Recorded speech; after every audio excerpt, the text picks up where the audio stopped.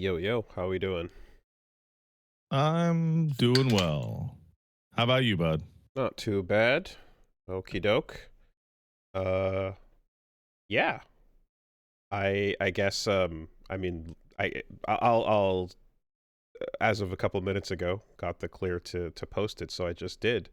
But hey, get your fucking get the hourglass out right Oh off the yeah, bat. Get yeah. it What do out we got? immediately. Yeah, what do we got? I'm gonna be hosting. I'm gonna be doing the Evo Japan watch party officially. Oh, fucking say, hey, good job, dude. This weekend. So So what the fuck are they gonna show about Virtua Fighter? You can tell me now, bro. There's no one listening. so I'm gonna You just secretly whisper it into my ear. I am gonna be told I'm gonna be sent the stuff like as it's going down, and I don't know anything in advance. So we will. Did you know that this hourglass can't see what a Virtua Fighter? It's fucking crazy. That's crazy. It's like it's completely invisible. Okay.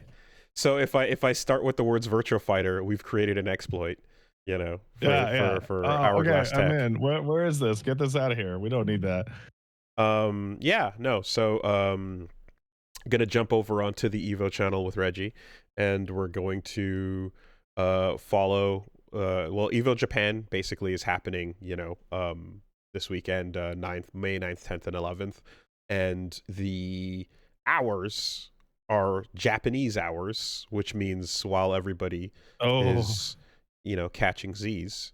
And so we're going to basically wake up the next day and check out everything that was interesting that happened throughout the, you know, the sleepy time hours, and watch announcements, top 8s, everything going on. So is it going to be live, or is it going to be like regular human times for the West?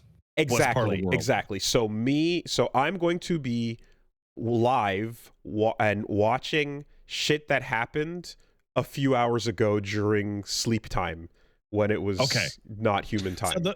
So the total freakazoid freak people who they need it, they're going to be doing it live at dead ass Japan hours. Yes, I am not live during insane dead Japan hours. I am live from regular Eastern noon to 5 p.m. And if you want to catch up on what happened with Evo Japan, you tune in to watch us going over that stuff. That's probably the good move. Yeah, and it's also like, you know, the highlights and the best stuff, because it's a long full day of a lot going on, pools and this and that and everything. So we're gonna be doing it for normal Western awake hours. Normal this part. This, you know, there's the two parts, this part. There you go.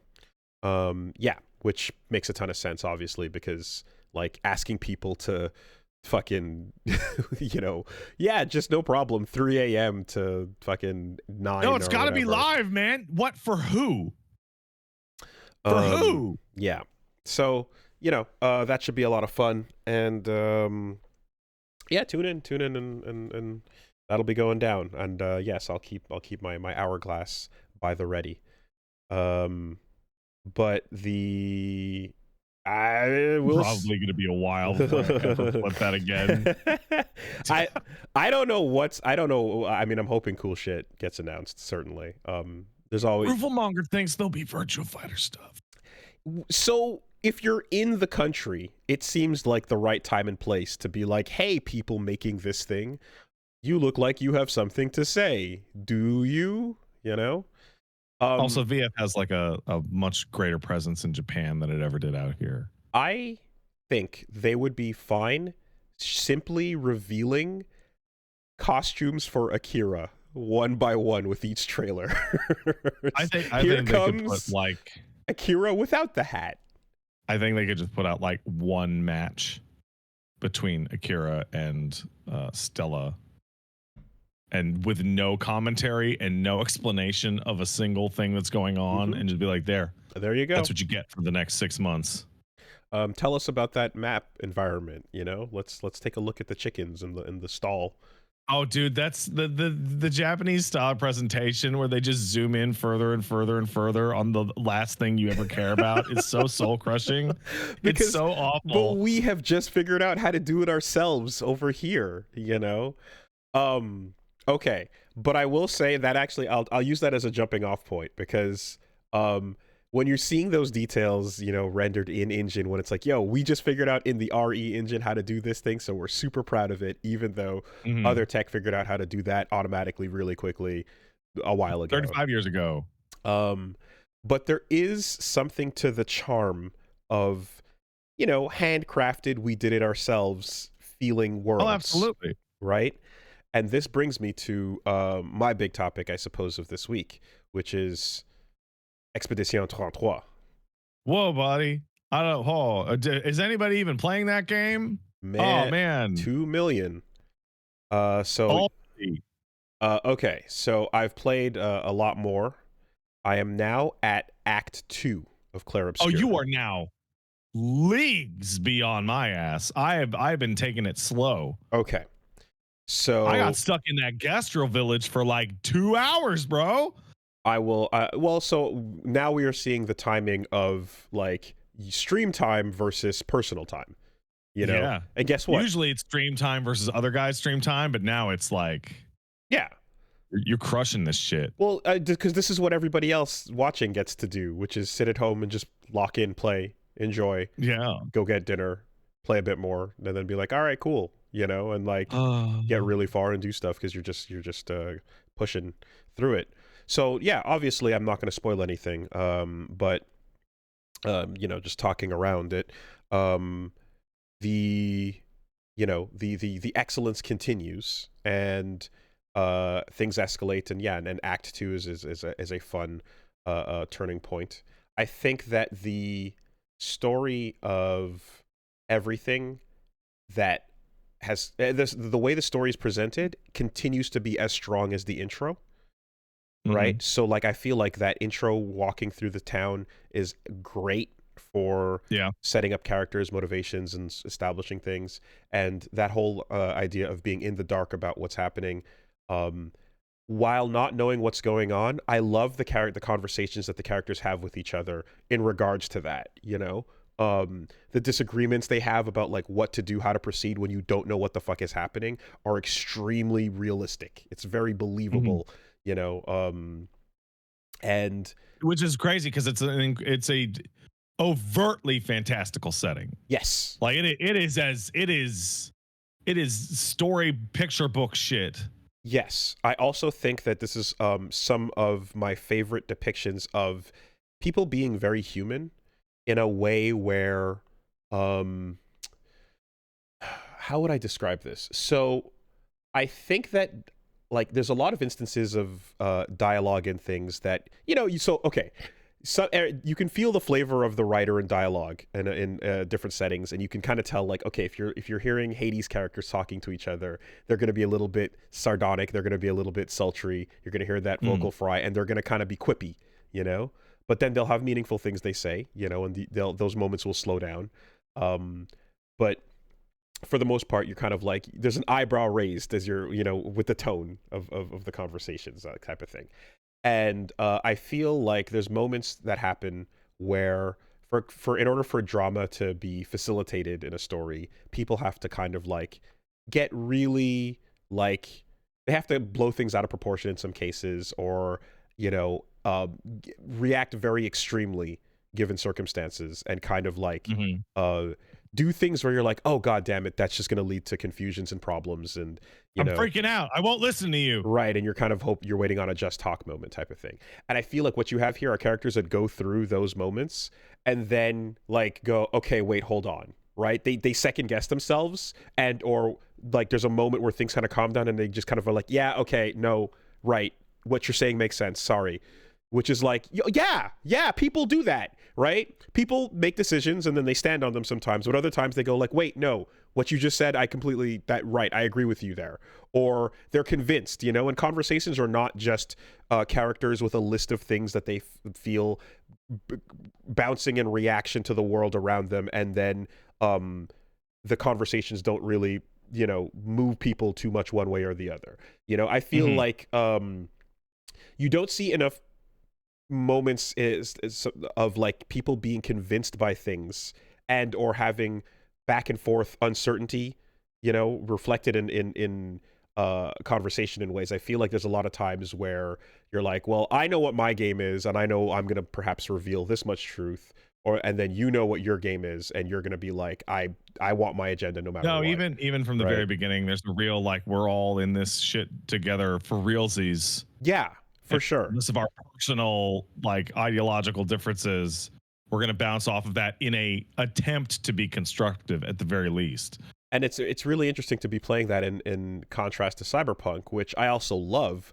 But Cyberpunk, it's not constructive for shit. Everybody's up to their own shit. No one can truly be trusted. And in moments where trust is happening, it's hard earned through either strenuous negotiation, force, or okay, god damn it, we're both gonna die if we don't work together right now, so fine, I don't care what you believe or what I believe, we have to get out of this alive, right? Which is what cinema tends to be in action movie kind of logic, in a way where it's just like, I don't agree with you, you don't like me either, but fuck it, that's a bigger problem, so let's deal with that. But and that's all fine given the setting and the world they're in. But I think for this one where we're especially dealing with people that are familiar with each other and also have a sense of like time is urgent and of the essence and decisions matter, I keep thinking about the idea of how something with the setting here, of course, is that people don't have a lot of time. And when you get introduced to, I forgot the name of the race in Mass Effect, but the ones that are Solarians. Yeah, the Solarians that don't have a lot of time. 30 years. Exactly, right? So I'm like, what happens to humans with a Solarian thought process? You know what I mean? Where you're like, well, our metabolism hasn't changed at all, but we're like there's old men. An early detail when you're talking to Mael in the very first part of the prologue where they're talking about the Gamage and how she doesn't have to come because she's like 16, right? And they're going on Expedition 33, and he's like, well, yours isn't going to be for another 9 years. And I'm like, what the fuck? Why would it be enough? Oh, because as you're going up one, yes, it's going down one. So this is becoming super, super fucking dire, like right away. They only have like 5 more years to solve this before it is you're sending over 14-year-olds. Yes, no, you have to do the math and meet in the middle on where your young age is and where time will catch up to you. It goes up, you go down. Sorry, you go up, it goes down, and you eventually hit that, your finale point. So anyway, so all that to say that there's some I just really like the conversations the characters have with each other, and they feel very believable and well thought out, and even in brief, in moments of just like mild disagreement going along with each other and then discovering more together. The party overall is great and a whole lot of fun. Now, that being said, of course, the gameplay is fucking immaculate. Incredible. And, we have described the defensive systems, which involve, learning how to dodge attacks. And then when you're feeling confident in the timing, go for a parry. And then, you individually parry all the hits and you get like a nice big counter, which is a huge payoff and makes hard fights easier. But you get these... There's a detail to that I didn't pick up right away, which is if an enemy attacks like multiple separate characters, the last person to parry can do it by themselves and still get it. Oh, you can get an attack that hits each person twice, or like 2 people twice. And if you get, let's say you have an attack that goes to rank 1 and then rank 3 and then rank 1 and then rank 3 again. If you fuck up rank 1 but perfectly nail the rank 3 parries twice, the rank 3 character will do their counter regardless. So so like it doesn't matter what's happening as a whole as much as when you're individually parrying with the characters. Hey, you got it perfect for the third party member. She's gonna do her counter even if you fucked up the first. That's awesome. And in terms of just like fucking hype, right? When I don't know if have you seen it when you parry with the whole team? I sure have. When the whole team parries the together, whole fucking gang, dude. right? You get the big sequence, and then instead of like Gustav counters or whatever, you get Expedition 33. Expedition 33 performs counters. a counter, and you're like, oh, the whole team. Yeah, man. It's nice. The game has been like so cool about all of its like gameplay mechanics in those fights. Like the two that come to mind is like the chromatic Nevron that is very early, like right before you even go to the water place, where it's like it will kill you in one hit. It's gonna kill you in one hit every time. So there's only one thing to do, and that's parry it 178 times in a row. Go for it. It's the only way to do it. And eventually you learn that timing, and if you're stubborn enough, like I am, you sit there and do it, you know? Yeah, and then it tells you, hey man, here's how many times you parried. Yeah. Here was your total damage. Here was the amount of total damage. Now, mimes and chromatic nevrons are fucking tiddlywinks compared to a real one that shows up later. Yeah? There's multiple levels of super boss, right? So I love that. You've got the ones we've seen, then you've got your fucking colossal titans, you know what I mean? And then you've got just like the don't even bother unless you're prepared to like this is just not realistic. You have the this seems insane like challenge that has introduced itself so far, and I sat there, I spent a bit of time with it, and then I did a couple of things where I'm like, okay, hold on, let me test the waters a bit. You see it looks impossible, go back, change your build up, right? And that's like, are you committing to, you know, resetting all of your abilities, all of your skills, you know, bringing in the right party members? I'm gonna commit to it. Give it your best shot. Does it still seem impossible? Absolutely. Okay, fucking hold on, this might be end game or never, you know.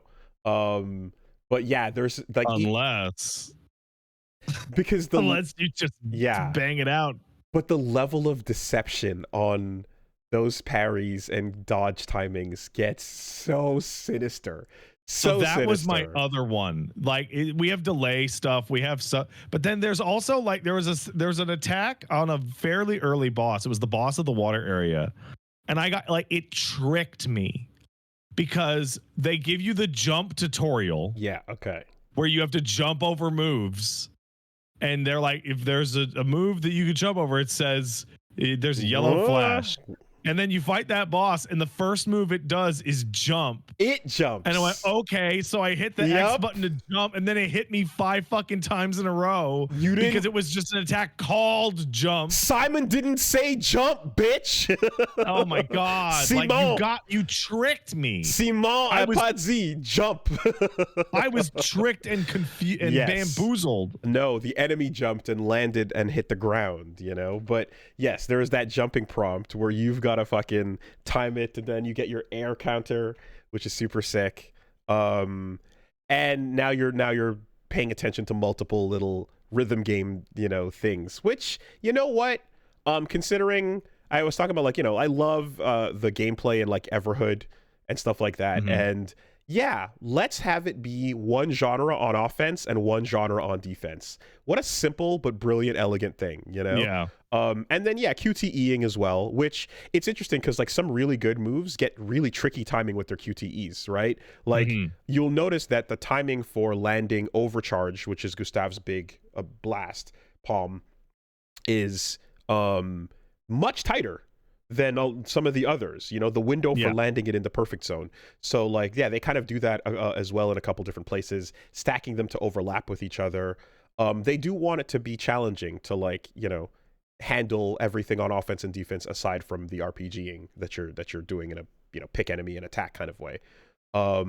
The times where you're aiming your gun to shoot the weak point and the weak point is kind of obscured and covered up, and you're like, or like, you know, there was a boss that we had to beat on it for a while before the weak point was like no longer covered by a piece of armor. Yeah, there's that, right? And shit, what was I gonna say? Oh yeah, there's an enemy that jumps forward at one point and is just rocking you with like combos, right? Lefts and rights. Hmm. And you see they do like a hook and then like an uppercut and then they jump forward and they fake the hook and then come with a cross, you know? Yeah. And you're like, "You just did a fake on me." And I went, "Ugh," and then got flattened. You straight up boxer style hook, you know? You twitched, bitch. It's great. It's a lot of fun.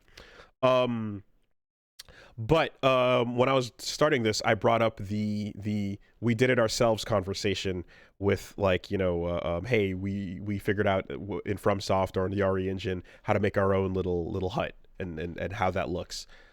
Mm-hmm. The one thing I'm going to say many hours into Expedition 33 right now that I think is so okay, I pray it's a flaw that is like kind of bugs me, and it's not fully their fault for this, but it's this. Okay. When I praise how this game is understandably and reasonably double A, in that you can see, like I said, the map limitations are all very, you know, targeted, and you could, even when it expands and you get lost in a way, like it's still not anywhere like a giant crazy sprawling open thing, you know. Even your overworld it's all very contained, which it needs to be for this to be a reasonable, affordable thing that, you know, is not you know, suffer in quality because everything is bloated out with filler, right? So that is great.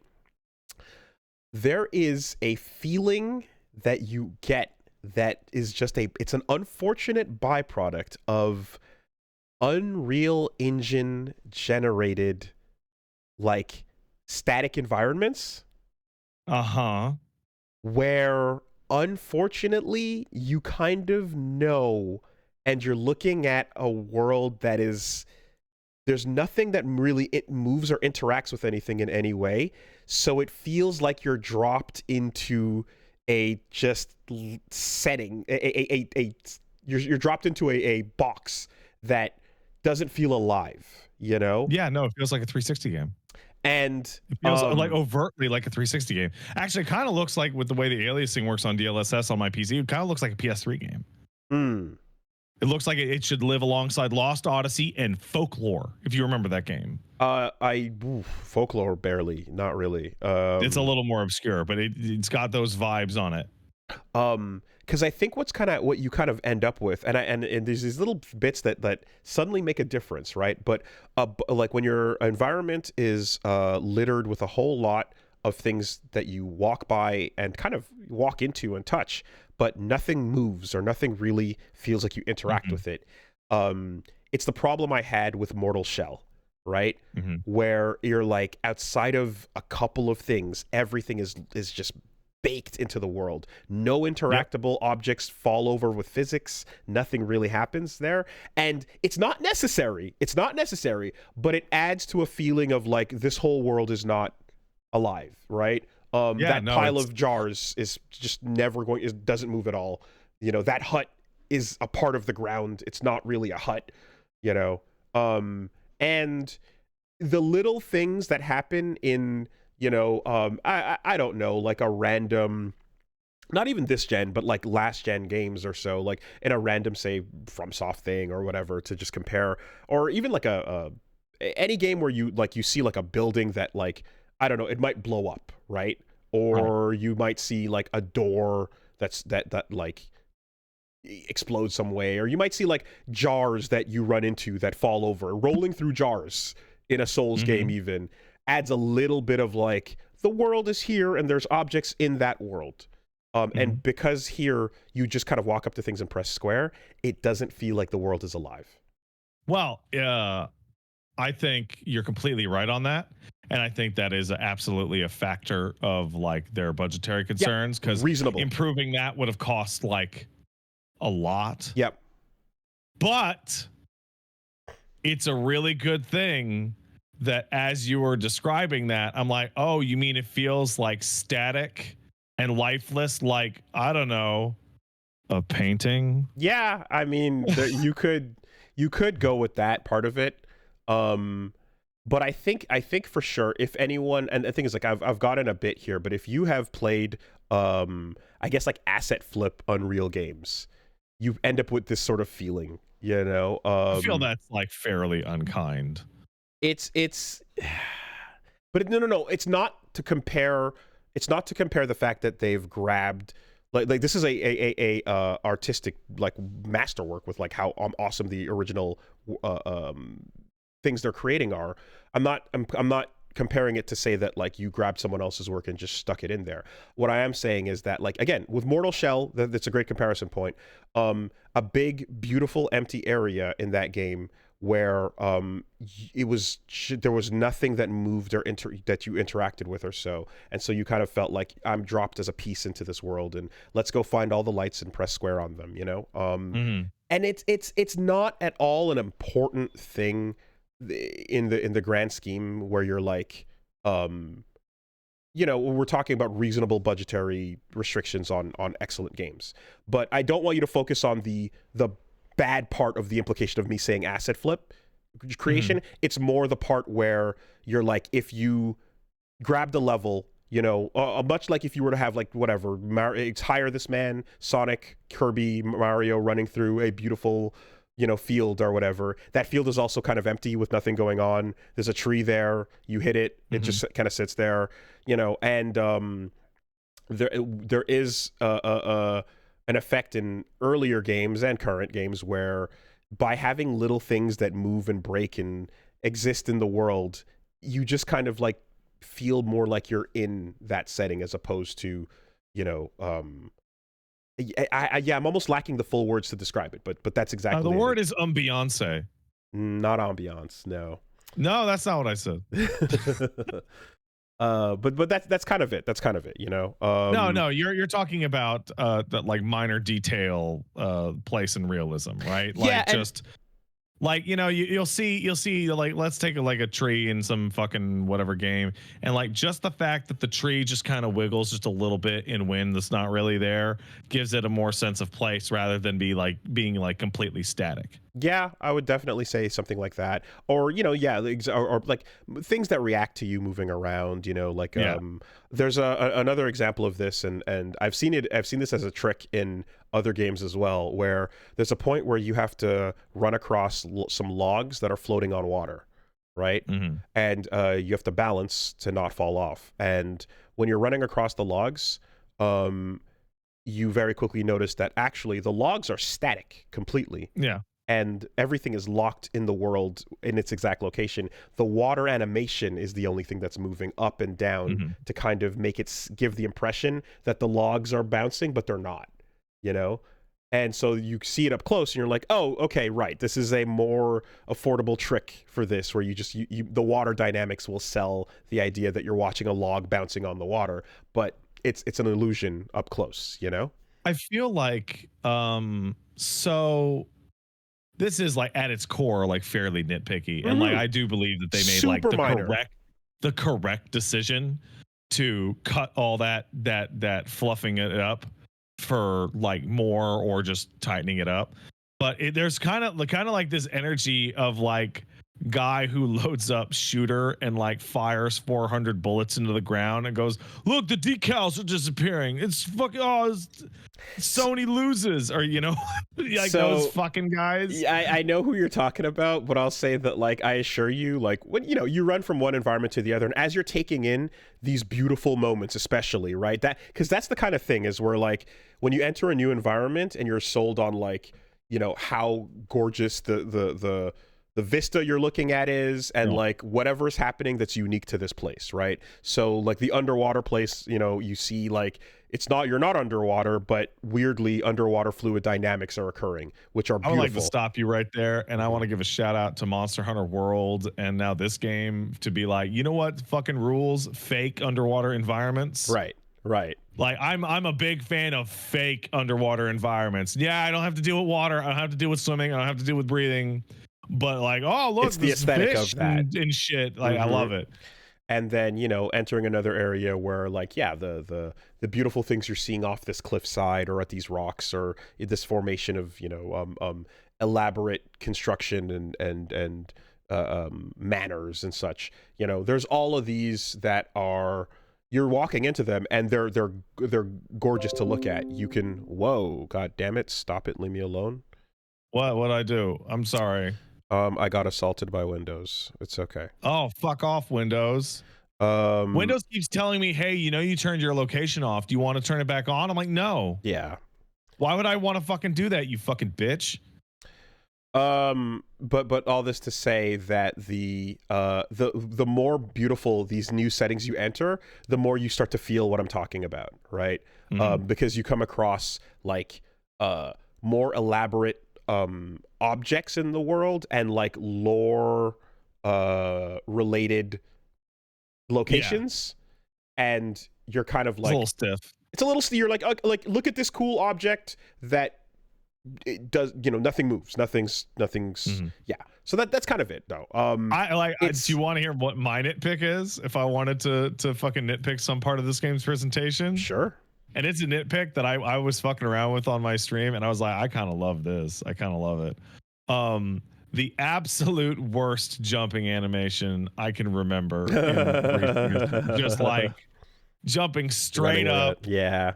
Just fucking weird shit, and the wrong momentum. It's super floaty, but it's also fast. But it's there for certain platforming challenges that you're gonna need to platform to get. I've already done a couple of them, and I can see that they're planning to escalate that shit on me dramatically. You learn to run and jump. It's not made to be a platformer, but there will be platforming. I love.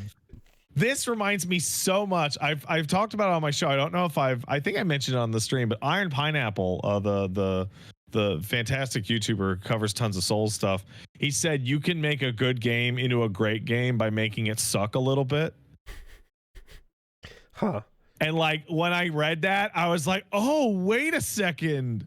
I think he's gone to something here. Interesting. Because all the greatest things have just that part about it. This is like, fuck, I hate this fucking part. Oh, why has it got to be like this? I get the spirit. I'm trying to think there because I'm like, how many games are actually like flawless, right? I mean, I don't know that. None. Yeah. Maybe original RE4. Maybe. Chrono Trigger's flawless. Do I have any problems with Disco Elysium? I don't think I do. I had a minor issue with original release of Disco Elysium. Yeah. No. The director's cut, voice acted. I don't think I don't think I have a problem with that game. Occasionally, you can run into some fringe bugs that screw up your story progress, but I haven't.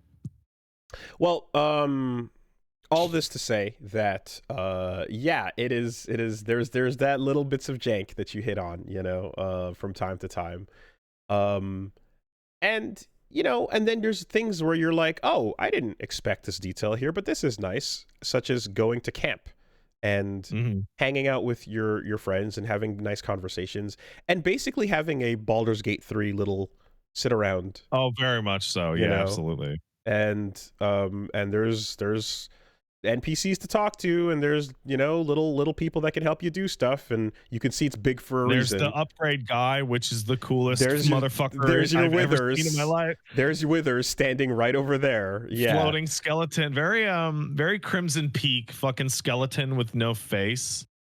And then there's the little details where it's like, hey, you can remind yourself what you're up to, you can write in your journal, all that fun stuff, and then or just upgrade and chill.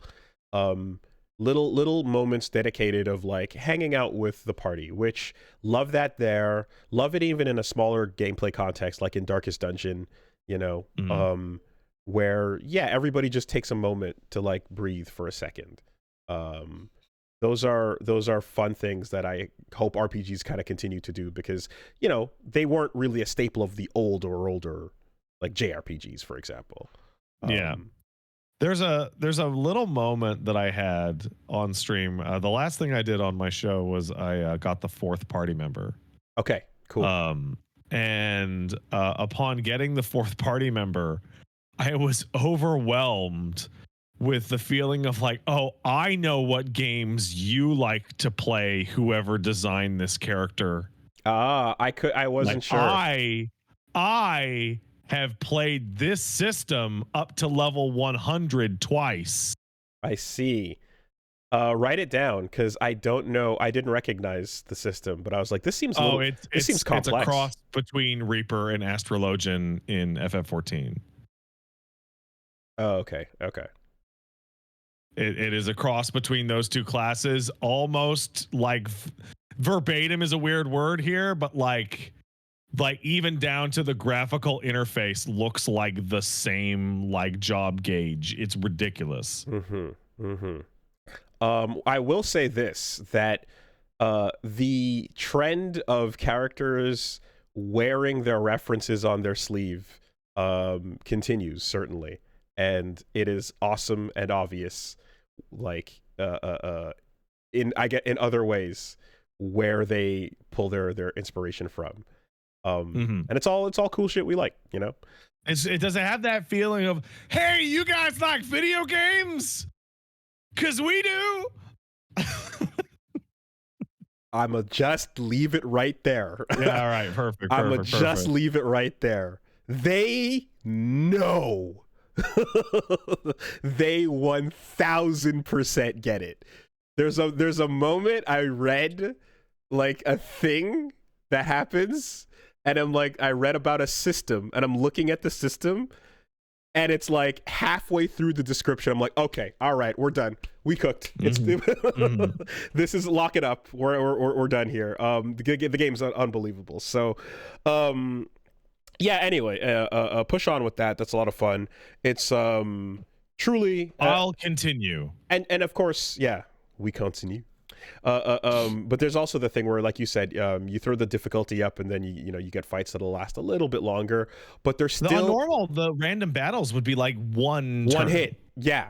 And so this is also something I've kind of found where I was like, I kind of turned one of my party members into a beast god that is deleting the game. Is it Mael? I have turned Mael into a fight deleter, and it's a problem. I'm not there yet, but I can see the path.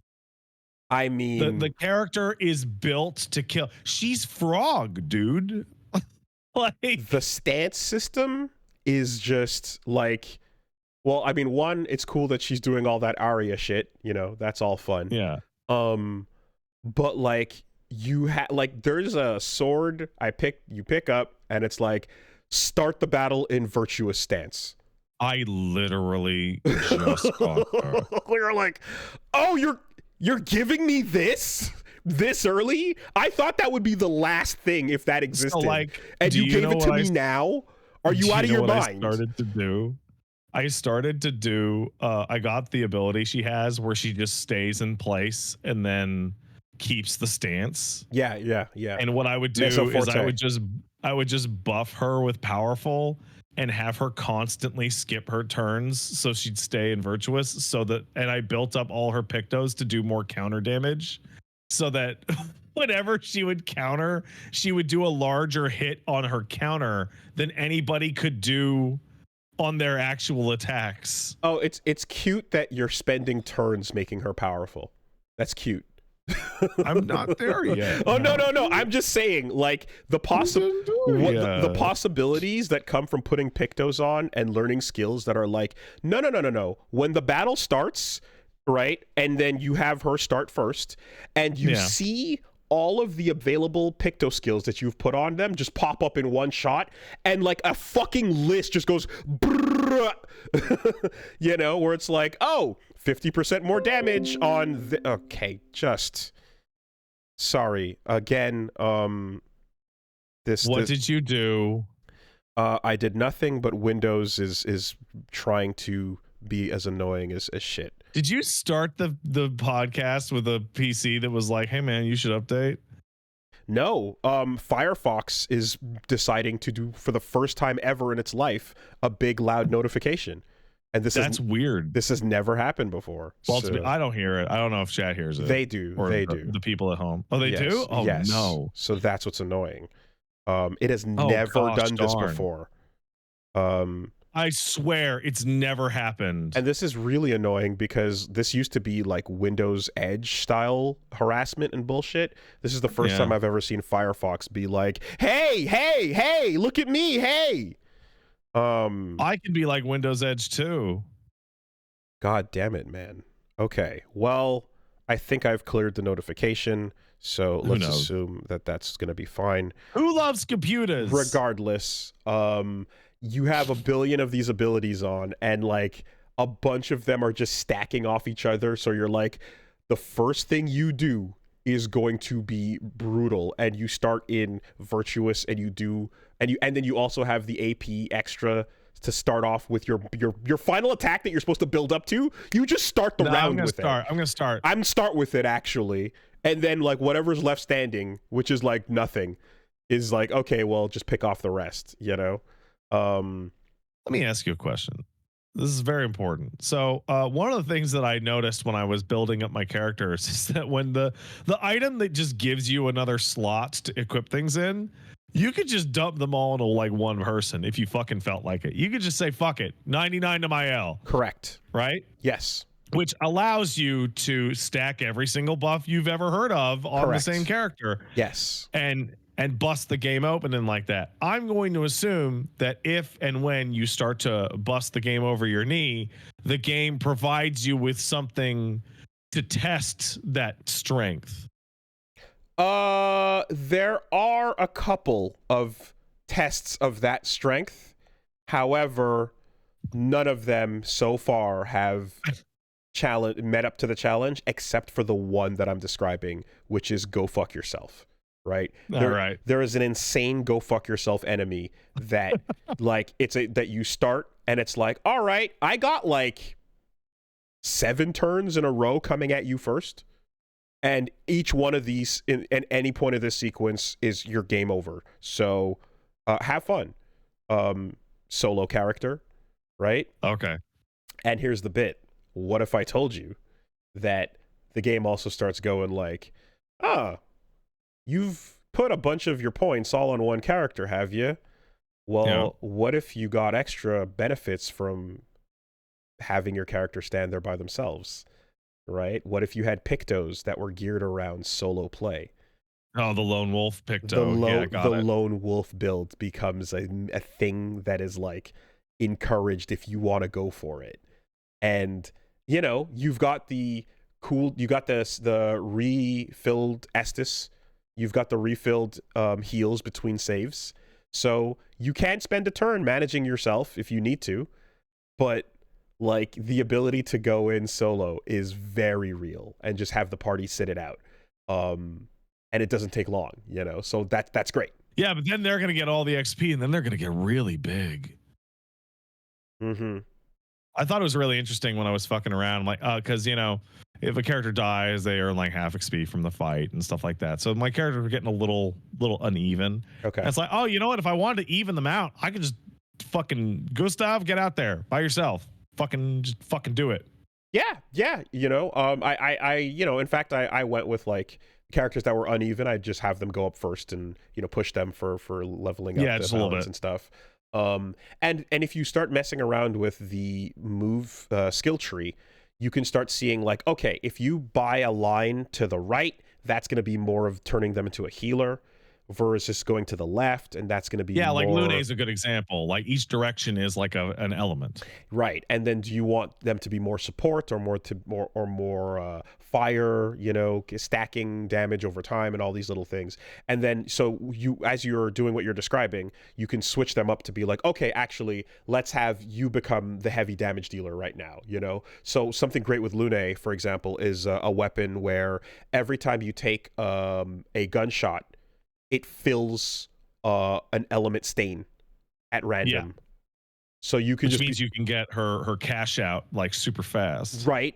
So you're like, fuck it, I'll waste 4 shots. Pop. Fill it up, cash out, you know? So what are you going to do? You're going to put the pictos on her that give her all these bonuses and stacking debuffs if she shoots people. Or extra AP from the jump, which allow her to then afford 4 bullets and the cash out. You know? Yeah, no, the system is incredible. Like just the amount, I'm not even that far, but like the amount of shit that you can push and tweak and fuck with. And like every time I pick up a Picto, I range the gamut from, oh, that's okay, that's pretty good, to, ooh, that's interesting. So something about that too is when you grab your Pictos, the learning process is one where you're like, it's only 4 fights, therefore always equip it and learn it, right? Especially because your whole party members. 4 fights, you can do that in 10 minutes, less, like 5 minutes. Right, and everybody gets the access to that skill, always do it. So you do learn everything, and because you're constantly incentivized to switch things over to learn them, you're always going to look back at like, okay, I pulled off this expensive skill to put on this one that I'm probably not going to use as much, but I want to learn it, and now I have some refunded points to go rearrange their skills, and it feels really great to know like my build works with half of the points I've spent dedicated to, you know, Gustav's offense, you know, locked in place. So I have another 8 points to just put wherever I want, you know? And like, that's nice because you're kind of, it's reinforcing this thing where you're like, okay, cool. You're encouraged to play around and stuff. And so eventually you go like, all right, what's the most expensive Picto that I don't want to lose points on while rotating the other 2 out? I'll give that to him, right? So it costs 10 AP in order to have him start out with his base attack be 50% stronger. Lock that in place. You'll always rock that, and then you'll rotate the other 2. We'll take the refund on AP points and just be like, what if we made our build about the gun? You know, what if we made shooting super that cool? is the total opposite way of how I've been building my characters. I've been building them in a completely different way. So what I've been doing is I go to them and I go, listen, what weapon do I have equipped right now? Like, Gustav, your weapon is B and C on, I think, like Vit and like speed, whatever, right? And so I go, okay, what will give me the best bang for my buck? And I sort the Pictos by defense value. And I equip the top 3 defense value Pictos because that juices his stats up enormously. Then I look at what that has given him, and then I build the rest of it around whatever those happen to be at the time. Okay. So do you also level up your stats according to the weapon you're maining? For scaling? Yeah. Well, so what I've been doing is that I've switched to every new weapon as I've gotten it, and then I've chased the stats that the new weapon has. Okay. While keeping a baseline. I don't want anyone to be. Yeah, I haven't reset. I reset once. Okay. But like, I don't want anyone to have 1 speed. Okay, you know, I see. So like everybody, like it's like, gotcha. You know, 1 level is like purely into the stats this weapon has, and then the next level is the ones that I didn't do, and so on and so forth. So say like I had a level on Mael that was speed for a really long time, so she got a really high speed, but then I switched to a different weapon and then I started leveling those substats because I haven't gotten enough yet to really lock in on like what I want, so I'm kind of generalizing it slightly. So what you're doing, so that makes more sense then, to have your defense value go up based on your Pictos and then work around your weapon. For me, this is a completely different discussion because my defense stat is 0 for every party member. So you're not going to equip any weapons that use the defense stat. I give no shits about that, right? And I saw that, and I called it. I'm like, oh, well, he's gonna fucking go through this game with 0 defense. 0 defense, right? And I gave myself a bit of luck because I want to get my crit to 20 or so. You know, let's get that 20%. But for the most part, we're going. Mael has like fucking 45% crit right now. And so the interesting thing, right? The interesting thing about doing it with 0 defense is, of course, your skill is is what determines your defense. Yeah, parry or die. Parry or die, right? And then what we also get is weapons where I look at it and I go, okay, what's the element on this weapon? Is it like something? Is it like earth and it scales with defense or so? All right. Do I want the abilities underneath here more than I care about the damage, right? So like I described with Mael, starting in Virtuous Stance is the most important thing. So if this scales with defense, everything is secondary to that. Then fuck it, we rebuild for this weapon, right? The weapon has its unlockables. Those unlockables become the priority. You build your stats around that, and then you build the pictos around the existing stats, right? But in the absence of that, if I can get something that scales with health and agility, we're gonna just run that into the fucking ground and damage all day, you know? And so what that has created is characters with I have the top 3 stats like pretty front loaded, but like I did mix in heavy luck for one of the characters who has a scaling weapon with luck that also has the abilities on it that I want her to have, you know? Tons of freedom in this system by so like my Gustav is based on defense right now, and what Gustav has mainly been doing is using items to resurrect the damage dealing characters when I fuck up the parry. Okay. I have and do breaks, you know, with overcharge and shit like that. Well, I mean, one big suggestion I certainly have is, always make sure you give your character the ability to break something, right? It's so fucking vital. That fucking boss that eats you. Yeah. I was struggling on that, and I was like, oh no, everyone has to be able to break. Everyone needs a break, right? It's unbeatable. This is a hard tutorial. This is a hard lock tutorial. You must learn how to do this. Not if you're doing enough damage. Oh yeah. You can play with 2 party members and be fine. But still, for utility purposes, give every character the ability to break something, and you'll notice on their skill tree that there's multiple things that can break. And then, you know, if the break conditions are something that, you know, is like have the right stains, then of course give her the ability to get those stains. If the break conditions are it has to be a marked opponent, give yourself the ability to fulfill those conditions, right?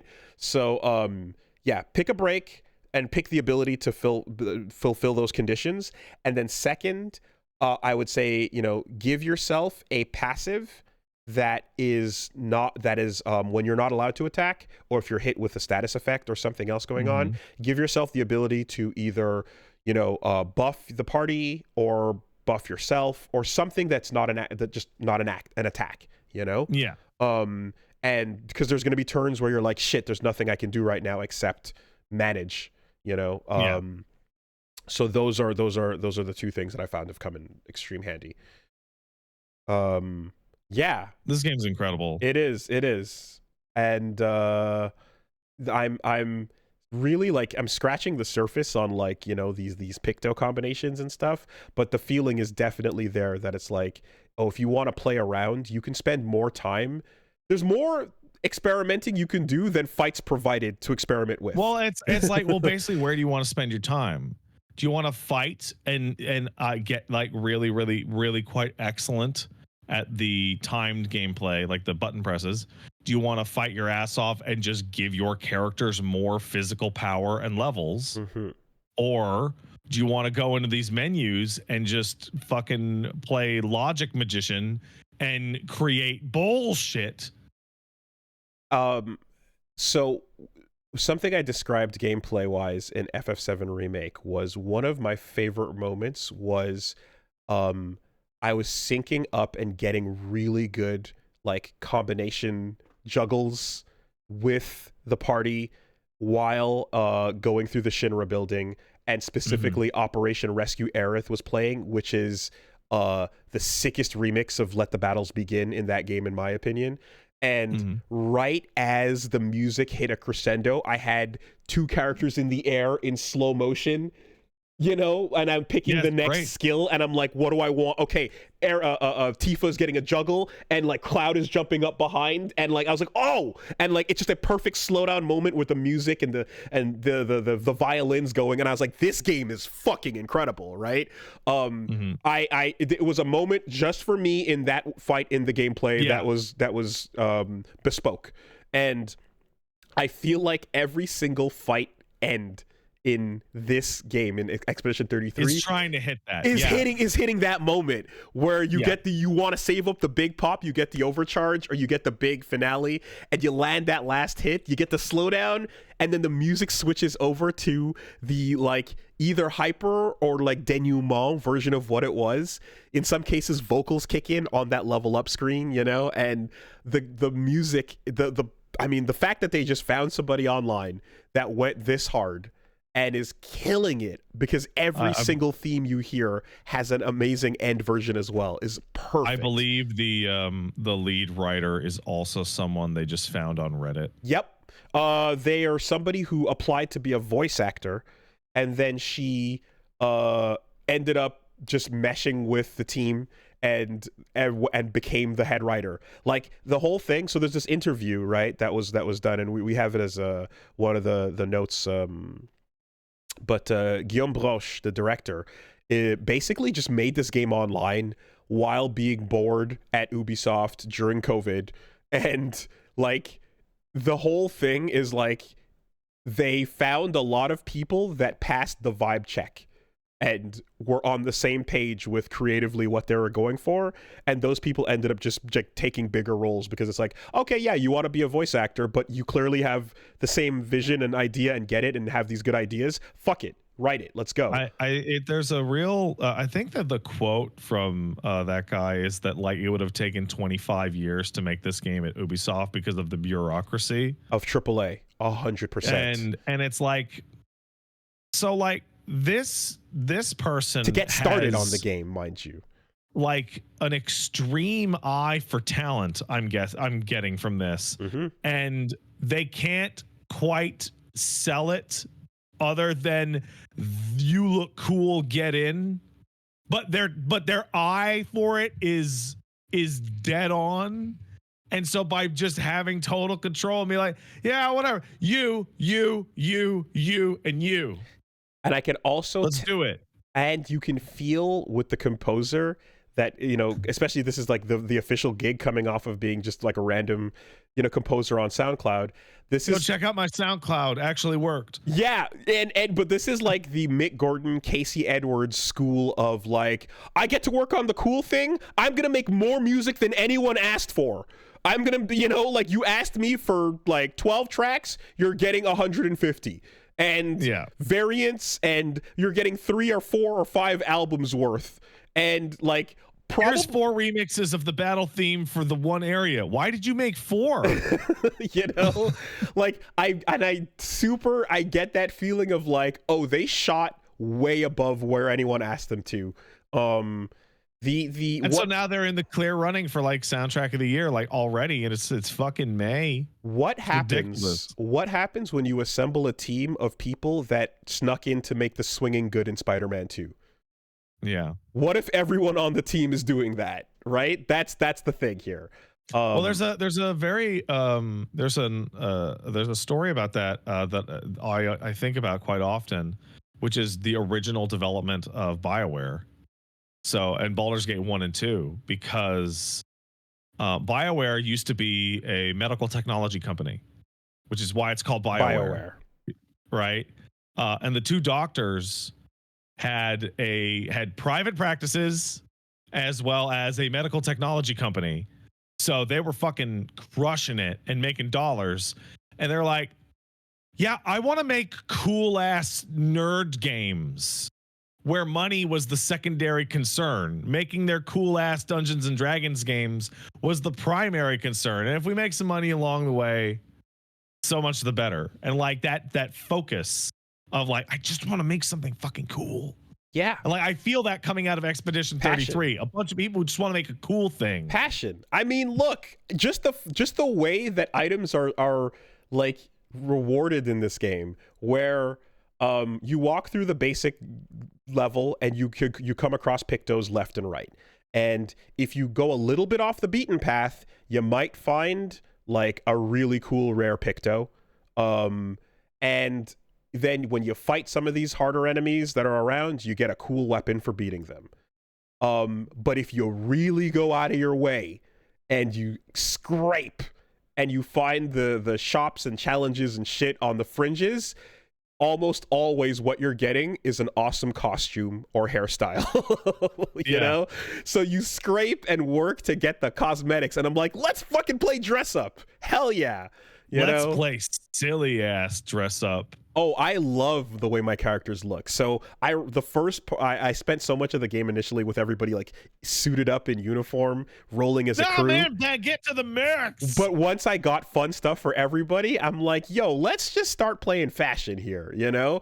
And yeah, the mix and match, you know, is great. Like, fourth party member, I'm like, I like the default Expedition uniform, but I want that beret on, you know? I like the look of that. You know, you can mix the serious and goofy styles together to create some fun combinations as well. So that's been I love that like the reward for some of the biggest challenges is exclusively cosmetic. And it's thrown me for a loop that the cosmetics are like all out of order. Like there's absolutely no rhyme or reason. 100%. So you get like Gustav's mime shit like right away, and I Mm-hmm. was under the assumption that then you would get Lune's mime shit, and then you would get Mael's mime shit. I was like, no, I have like 4 haircuts for one, and half a mime for another, and a burlap sack for one of the. Just like there's no way to plan for it or figure it out in advance. Also, whoever's on your party, just tap R3 to switch to them as the running around active character.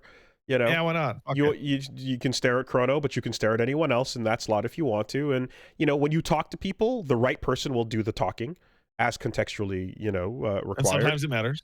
But for the most part, do you want to just pick Lune and like fly around instead of sprint? Okay, cool, do it. You know, it just allows you to just enjoy the style and fun of that stuff like immediately. Fucking or do you want to run around phenomenal. playing as Bane of the Gods, Mael?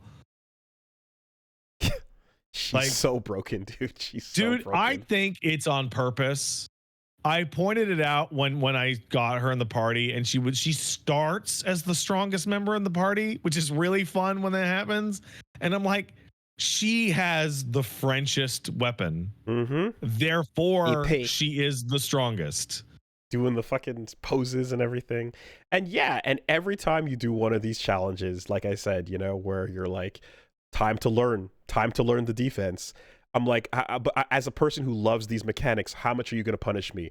Okay, I drop to the ground, Clair Obscur, and I'm standing back in front of the enemy. Like 10 seconds tops, right back in. Love that, you know? Incredible stuff. More updates as we get further in. That game's incredible. Yeah, I'm excited to see as you see more of it. There's some good shit. Some wipeouts in this game. Oh, there's some wipeouts and there's some wipeouts and there's some awesome you know, I mean, look, you start out with holy fuck, look at these badasses. They're so scary. They're so strong. You know, a classic shonen moment in any good like shonen we love is open the door, surprise, it's Itachi. It's me. The fuck you doing here? Where are the exams? You know?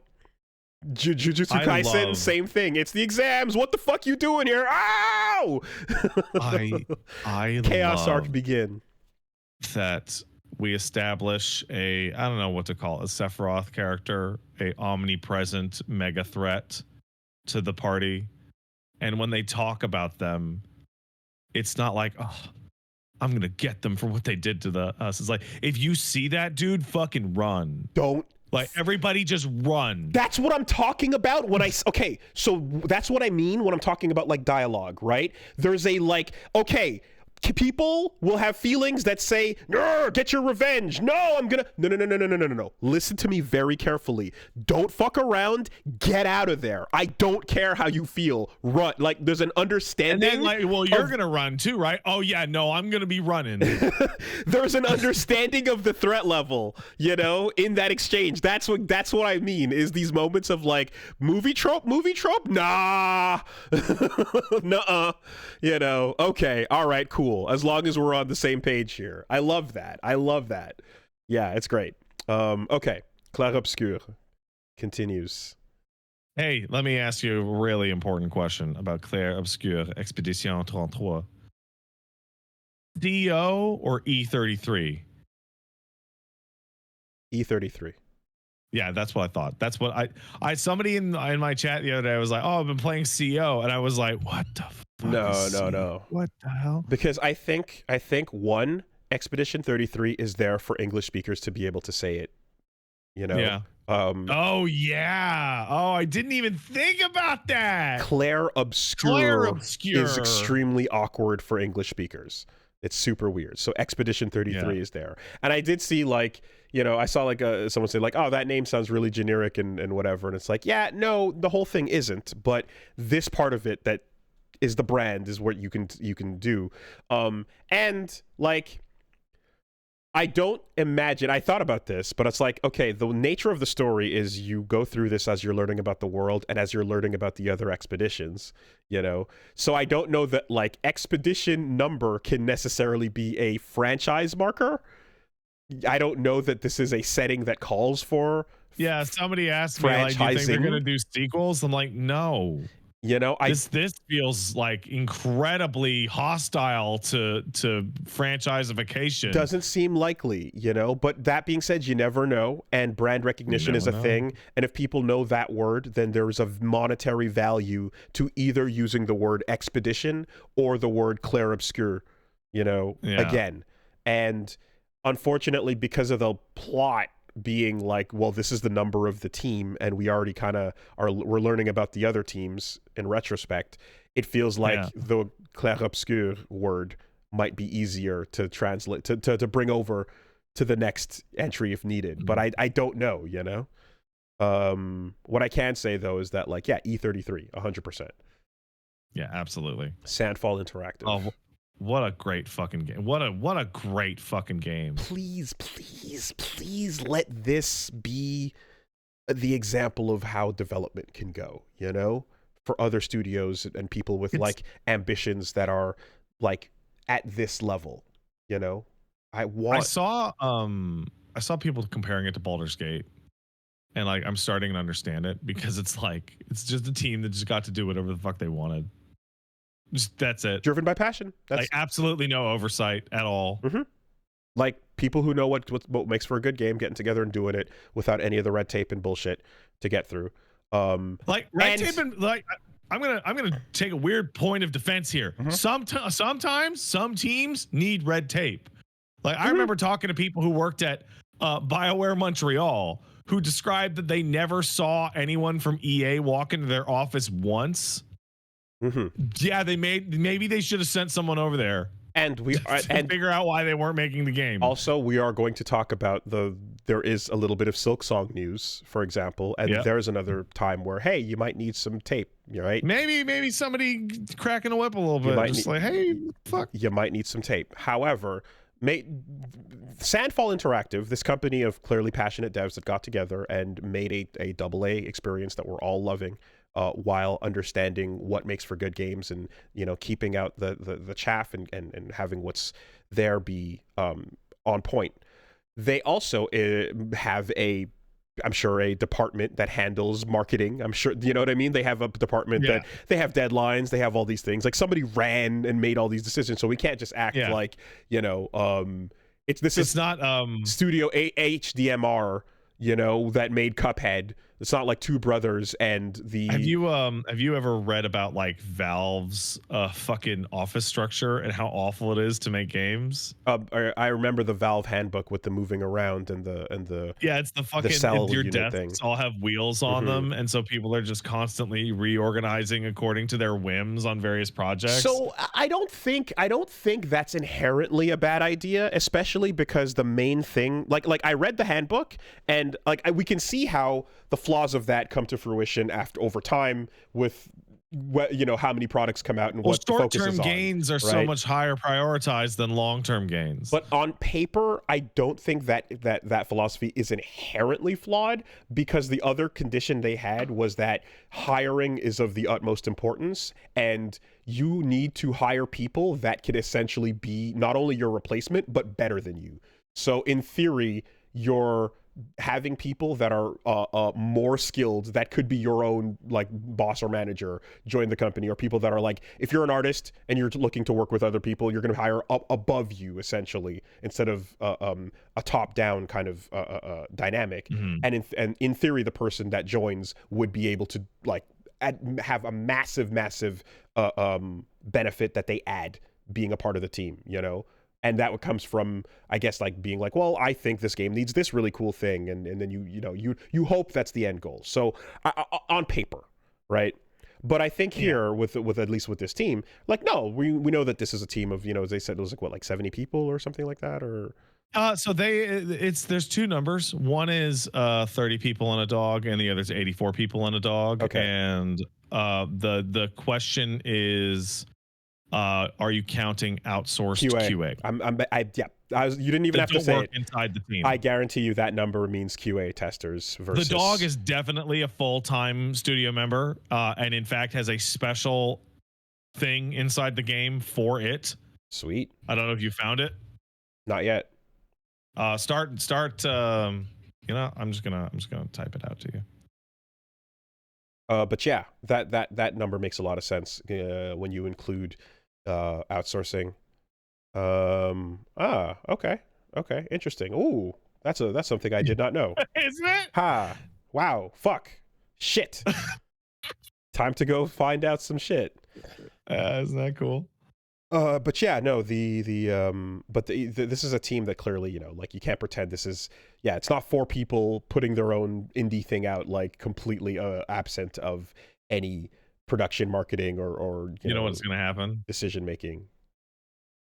I don't get it. Like Ubisoft, like straight up, Ubisoft could have made this game like 15 years ago, like this exact game.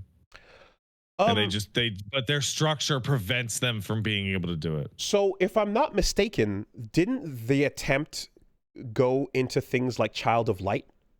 Yeah. Right? But you didn't get enough time, I believe, to do something like Expedition 33. Because I believe Child of Light and a couple other things they released back then were attempts at having indie-style development teams work and essentially just be published as a Ubisoft thing, but hands-off development.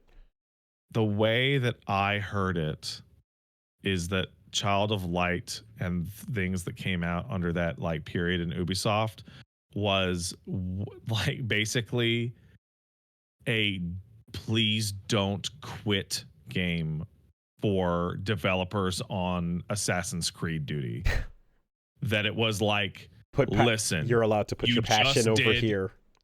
6.5 years of Assassin's Creed games, and you're about to walk out the door because you feel totally unfulfilled. You know what? Fine. You get a year, you can make anything you fucking want, and we'll put it out. Let's create a receptacle for your passions. Yeah. And then you're going to go right back on a fucking Assassin's Creed. I see.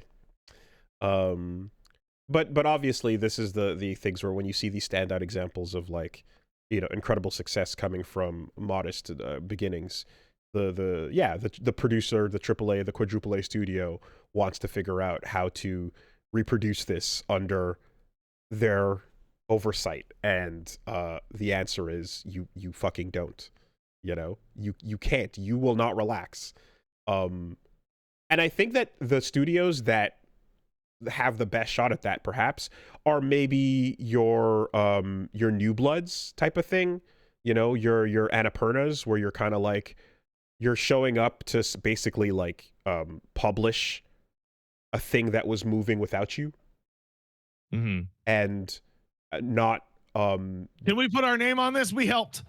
Yeah, and not the like you are room 15 in the mega complex, you know. Anyways, I don't want to work in the mega complex. My creative is, well, do you have ideas? Well, do you have mouths to feed and rent to pay? Yeah. Well, the mega complex offers you some security. Oh, stability. Oh, get me in that mega complex. Until it fucking doesn't. Oh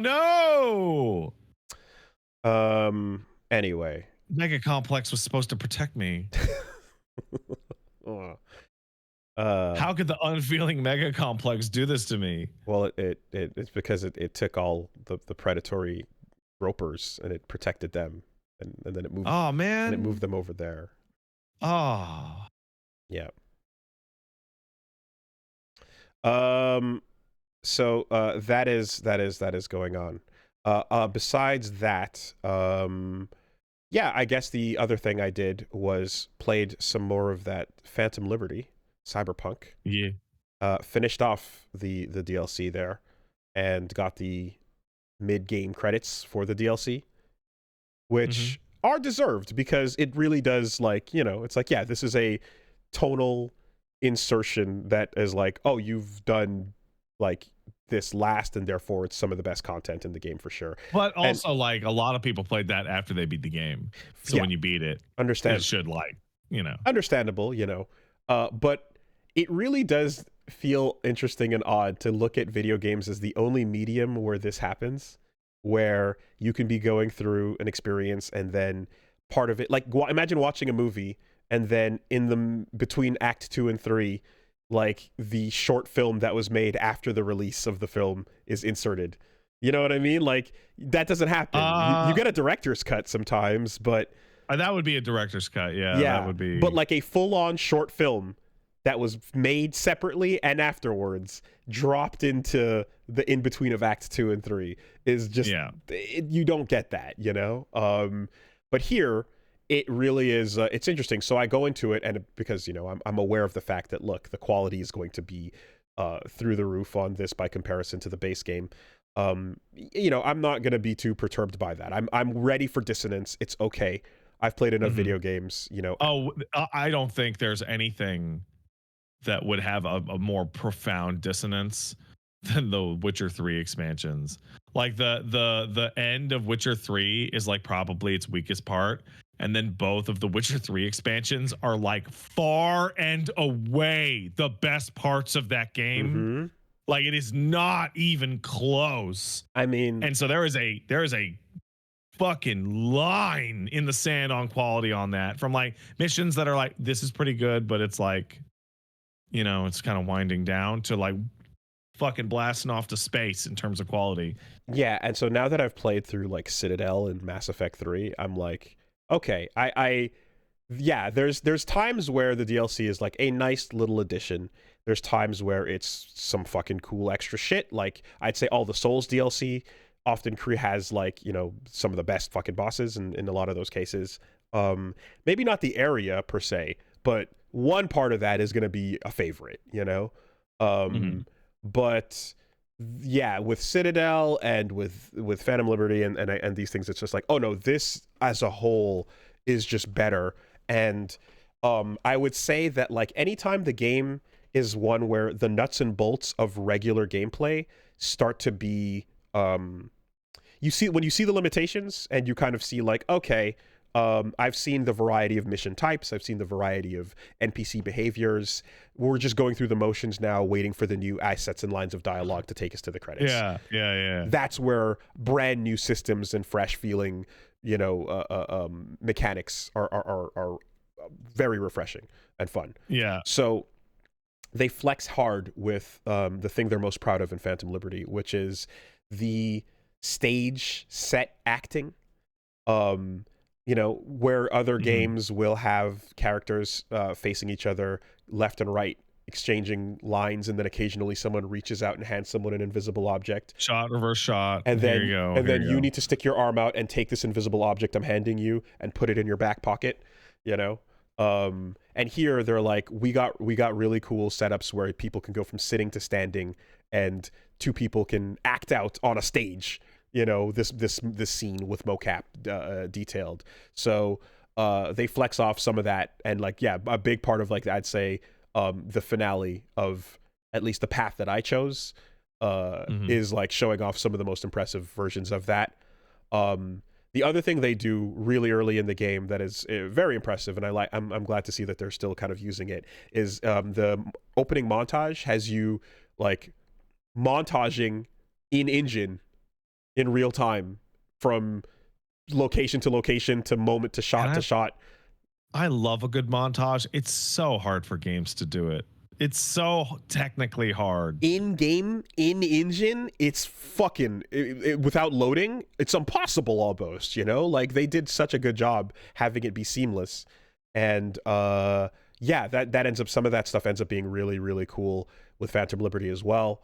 There's these little things too where I remember when we're going through the Shadows of the Erd Tree, and you're like, hey, you know what's fun? What if we survival horrored for a minute? Right? Hey, if you want to talk about like quality gap, Shadows of the Erd Tree is a great place to come in, because like, man, that thing is nuts. That thing is crazy. I mean, the hour count on it is just, again, it's obnoxious,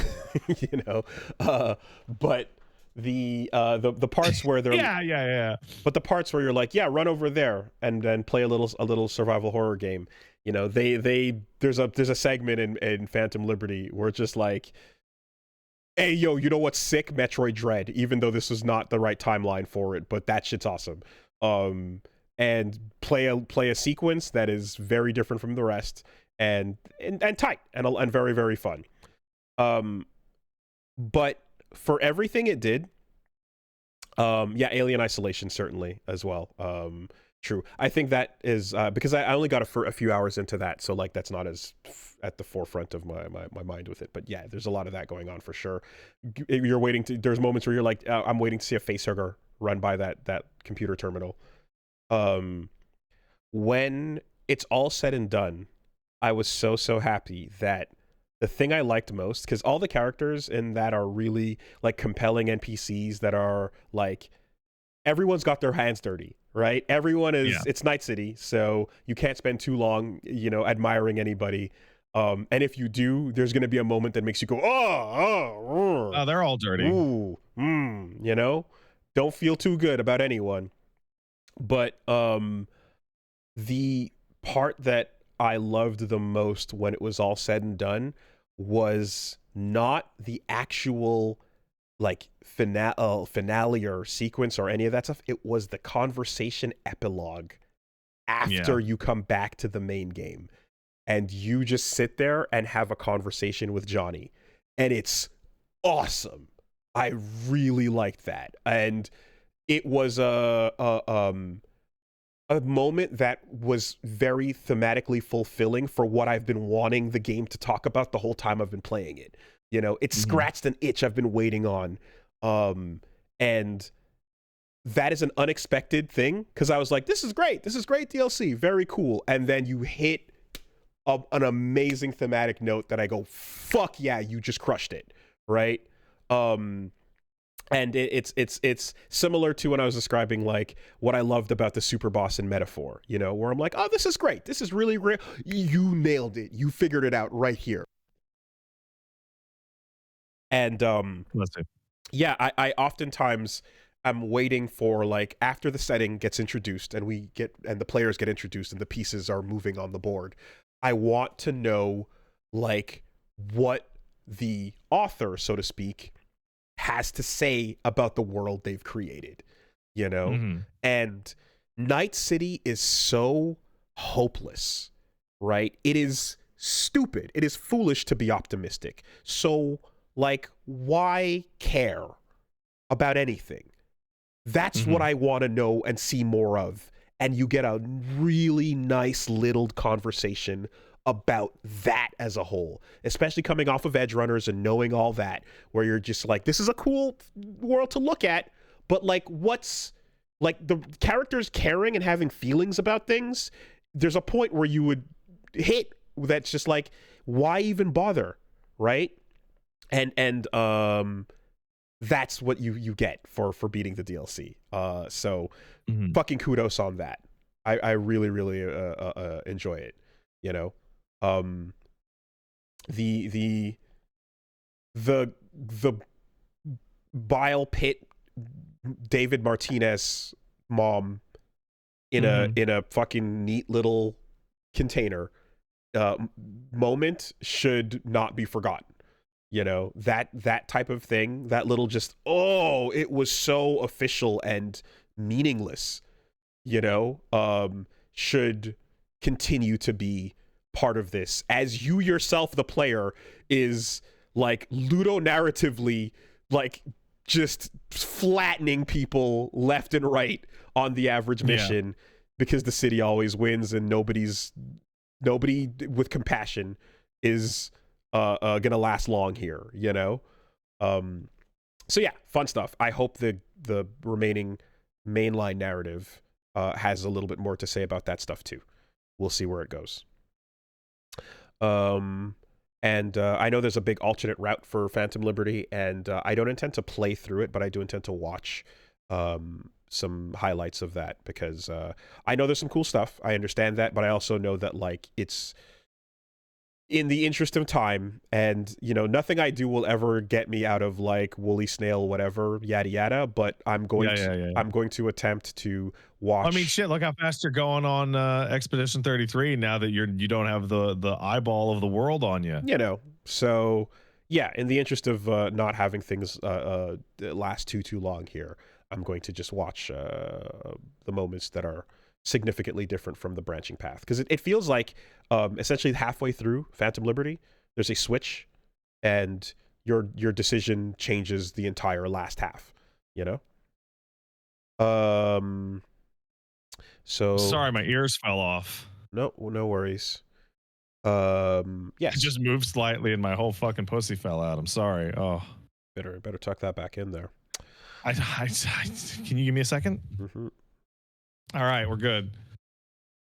So yeah, that's pretty much it. Got some matches in, played some Garo, and I continue to just really want to praise the color edit, and I think just having fun with costumes and you know, making little like, yo, here's Kevin, here's Android 16.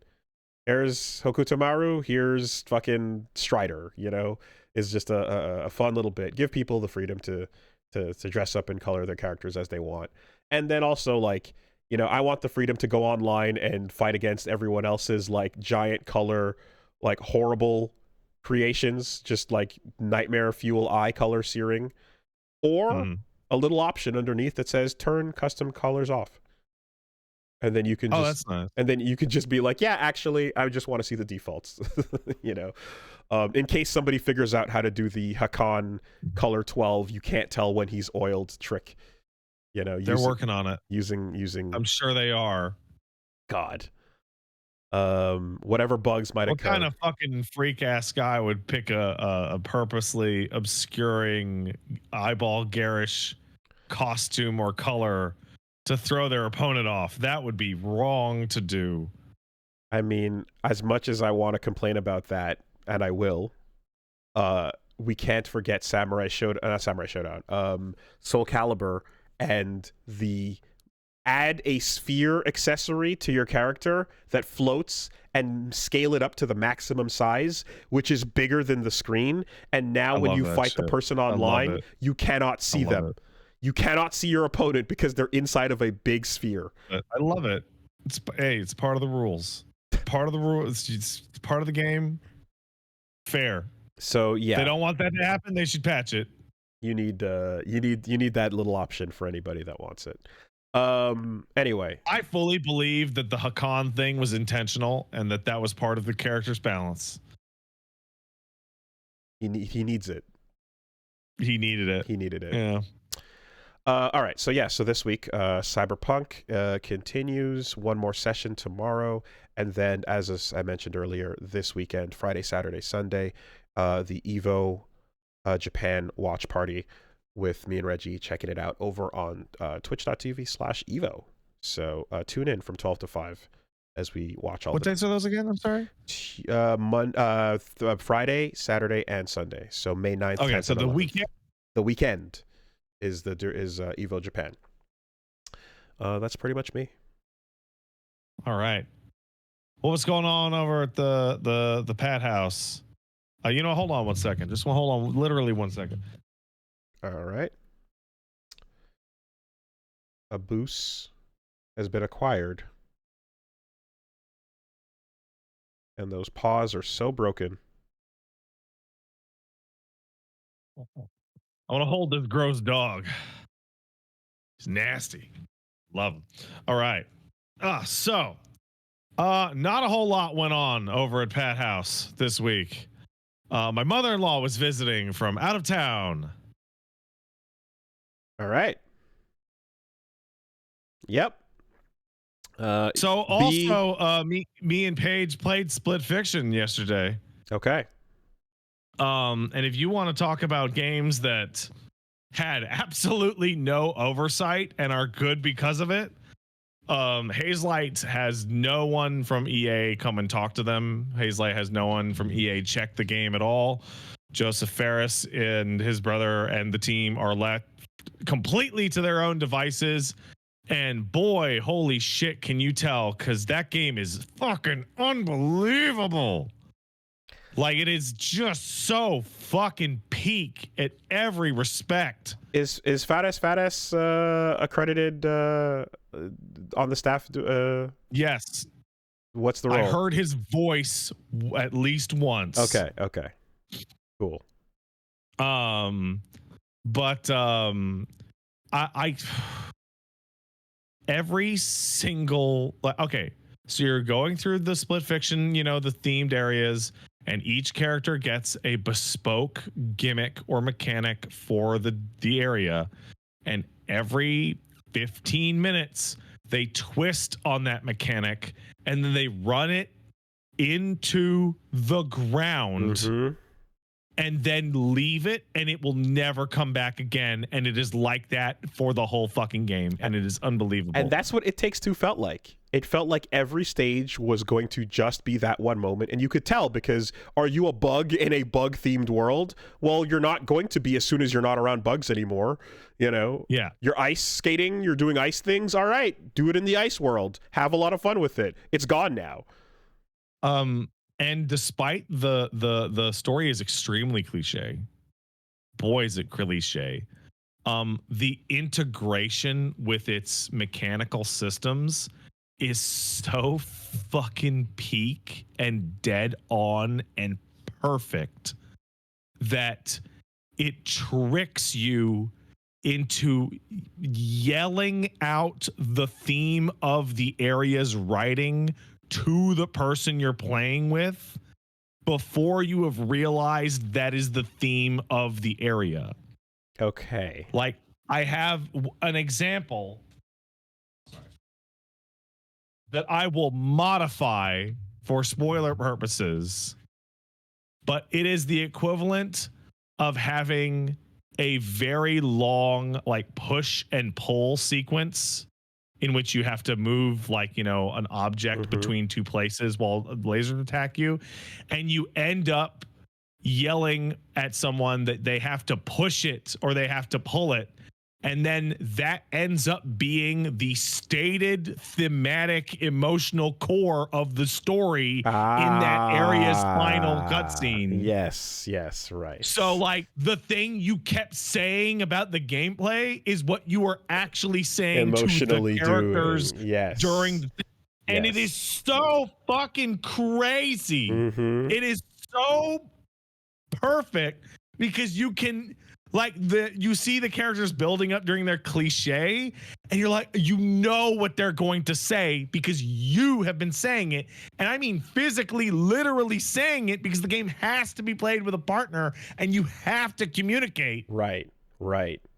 Okay, so if, like, one person had to shrink down to a small insect size and then physically crawl on the skin of the other character, for example. Yeah.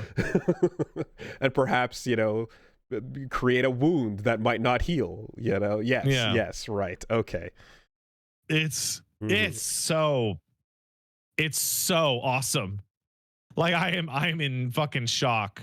And we are like right at the end. Like, we're time limited due to the human that we take care of. And we are at the end of all the themed areas and about to go into confrontation, which should take about, I don't know, like an hour. So the next time me and Paige stream, it'll be I almost said It Takes Two. It'll be Split Fiction, and then we're gonna go back to Devil May Cry 3 with the Page May Cry series. And shout out to Viking for completely redoing the Page May Cry animation by himself with no input from me. I didn't ask him about it. He just saw it and went, "Oh, I want to redo it," and he redid it.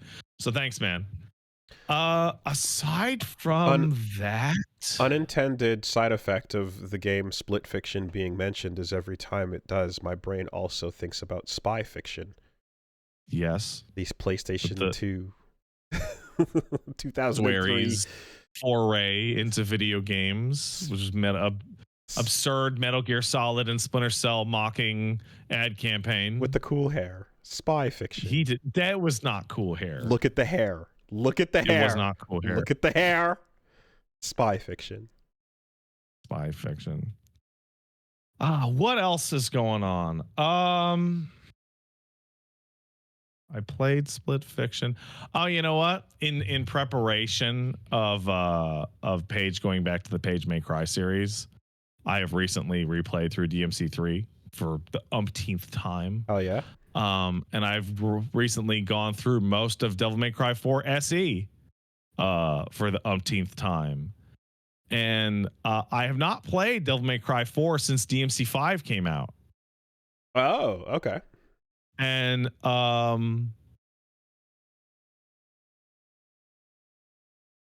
Devil May Cry 3 is an all-time classic. So Devil May Cry 3 is an all-time classic and stands up as good as it did the day it came out. We've had versions of this discussion before where I know that I love what's going on in 4 more than you did. I know that there's stuff about 4 you didn't enjoy as much, for sure. And like I remember this from back then, and I think a big part of it came down to the fact that Dante is the least of what I want when I play. Yeah, I'm looking for. I actually have more complaints now. Interesting. Okay, they have one really big one, and that is the secret missions in 4 are fucking terrible. Okay, the secret missions in 4 are just god awful.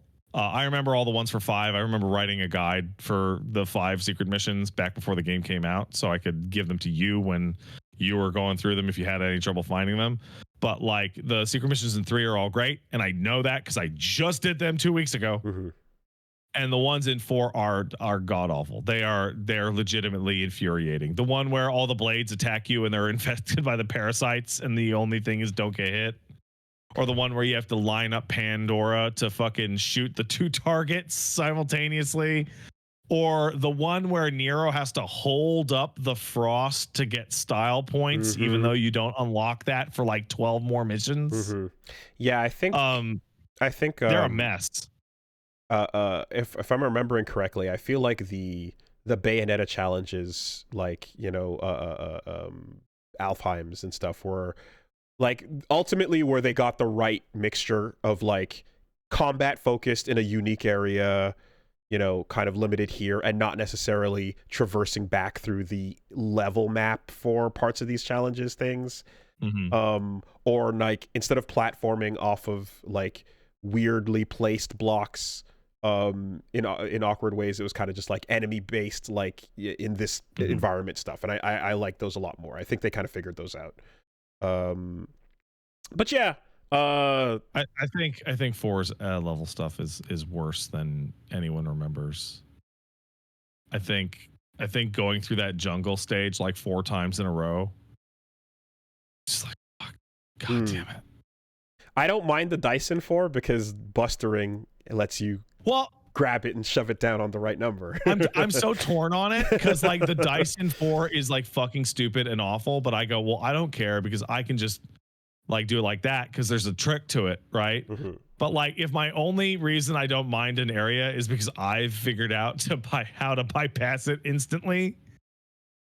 You know what is interesting though? Going through DMC3 and then DMC4 back to back. Oh my god! Even the neutered DMC3 SE is 10 times harder than DMC4. Oh, interesting. Like it is crazy how much easier Devil May Cry 4 is compared to stock standard Devil May Cry 3. I think another thing too as well though, like well, its time is all messed up now, but I will say that a big alleviation is the instant style switching and getting re-added back to 3 is a huge value I didn't play add. it with it on. No, I know. But like, I don't believe in it. I think that's cool shit that I like that like, you know, 4 has that 3 originally didn't or so. But yeah, look, we're here looking for different things, so it is what it is. I'm gonna be very interested because I'm gonna roll right through to DMC Devil May Cry. And I bet I'm gonna come away for the way that plays in the definitive edition more favorably now than I did even back then. And so not because I remember we had our feelings about the regular version, and then I had more positive feelings about the definitive version. And I'm interested in seeing what my feelings about it right now are because DMC Devil May Cry doesn't fucking annoy me nearly as much with Devil May Cry 5 right over there. How mad can I be? All right. Right? Yeah. Yeah. Hey, don't be shitheads, y'all. Fucking anyway. It's fine. What? Just you talking to me? No, but it's just whatever. I think with 4, like going back and certainly adding fucking Virgil to that was also amazing, and adding extra playable characters, that was also amazing. And there is something to it where I think by playing the games later on, it was always more about like running Bloody Palace, you know, than it was about returning to the main levels. Devil May Cry games have different scores depending on how much you care about Bloody Palace. I think if DMC4 I think if you don't care about Bloody Palace playing Devil May Cry 4, that game is significantly worse than it otherwise would be, because Bloody Palace is where I feel that game lives and dies.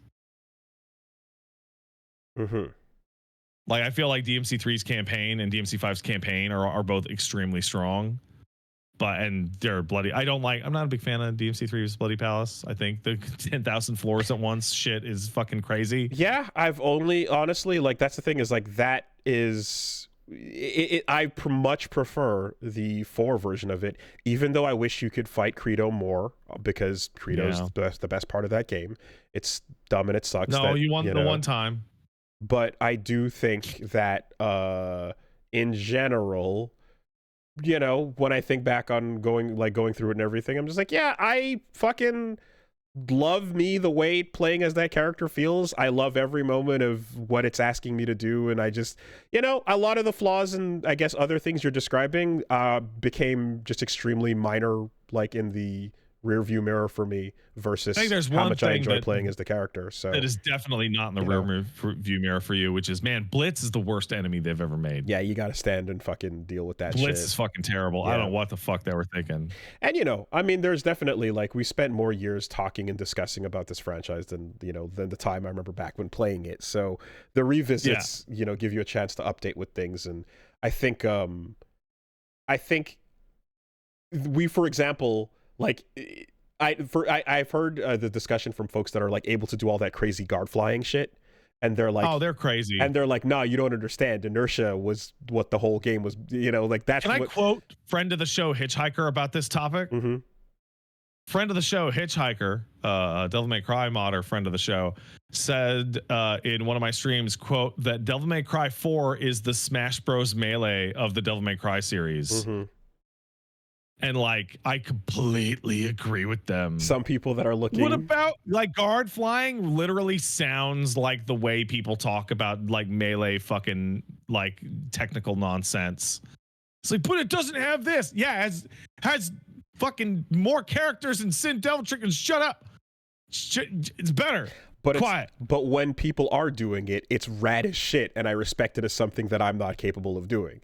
Like, yeah, right up until they put up the fucking statement on their social media that they're gonna have to quit playing video games because they gave themselves RSI. Okay, well, don't do that. But no, the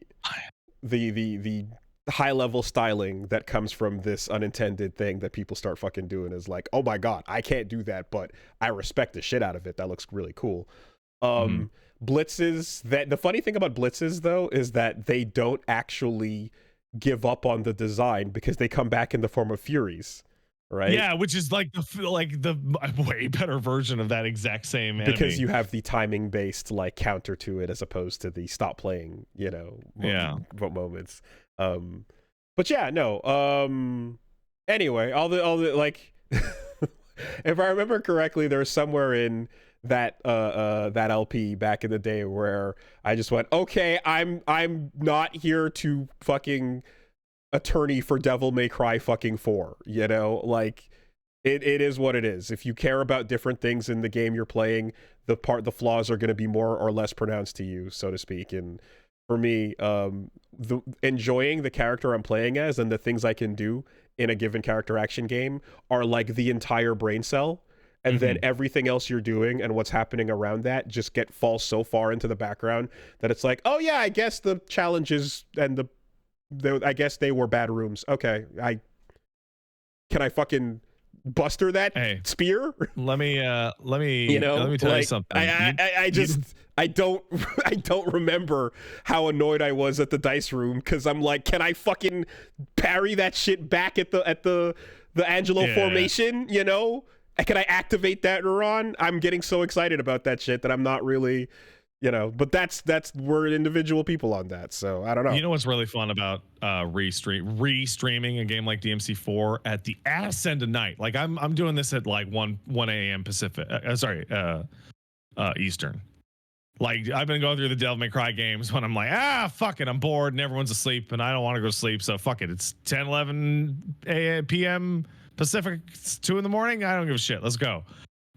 Is that you get like the freaks in there? You get like the people who are like, oh yeah, I don't sleep. I still may cry. Well, and you get to learn all sorts of weird shit.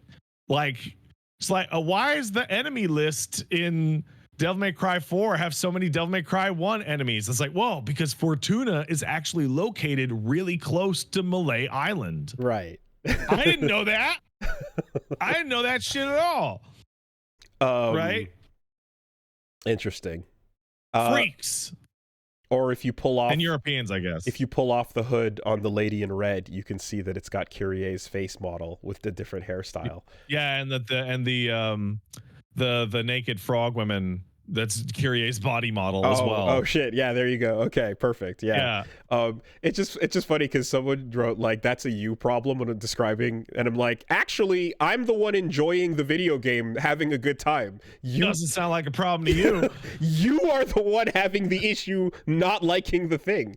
Me enjoying the thing is good. Actually, it is quite fun to do the thing.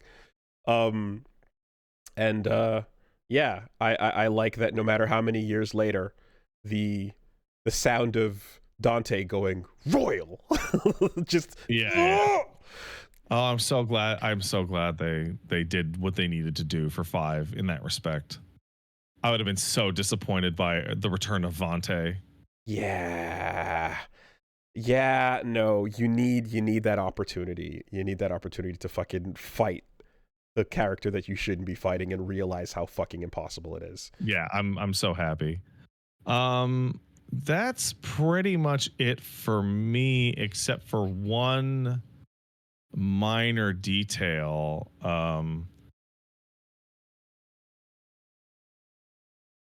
Mini hourglass has been placed. Mini hourglass. So I resubbed to FF14. Gotcha. This past week. Gotcha. Okay. Oh, this one will run out a lot faster than the one you have right there. Okay. I was wondering whether or not I should tell you to flip yours, but like nah. So you've been away for a minute.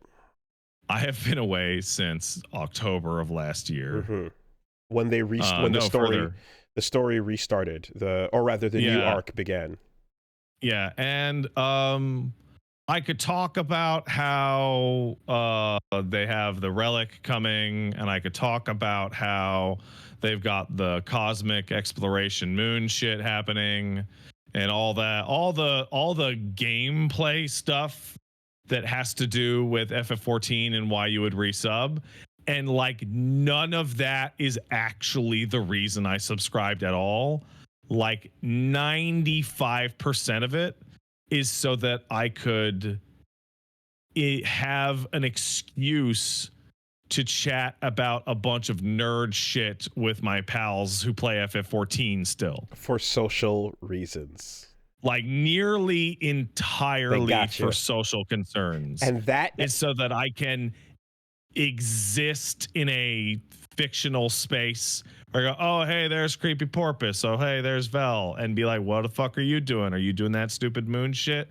Where'd you get that thing? And now you join the majority of my friends that play it, where I have a handful of folks, and there's a split between those who are just social and those who are clearing world first type shit. And yeah. I think the social players has outnumbered the gamers, the beaters.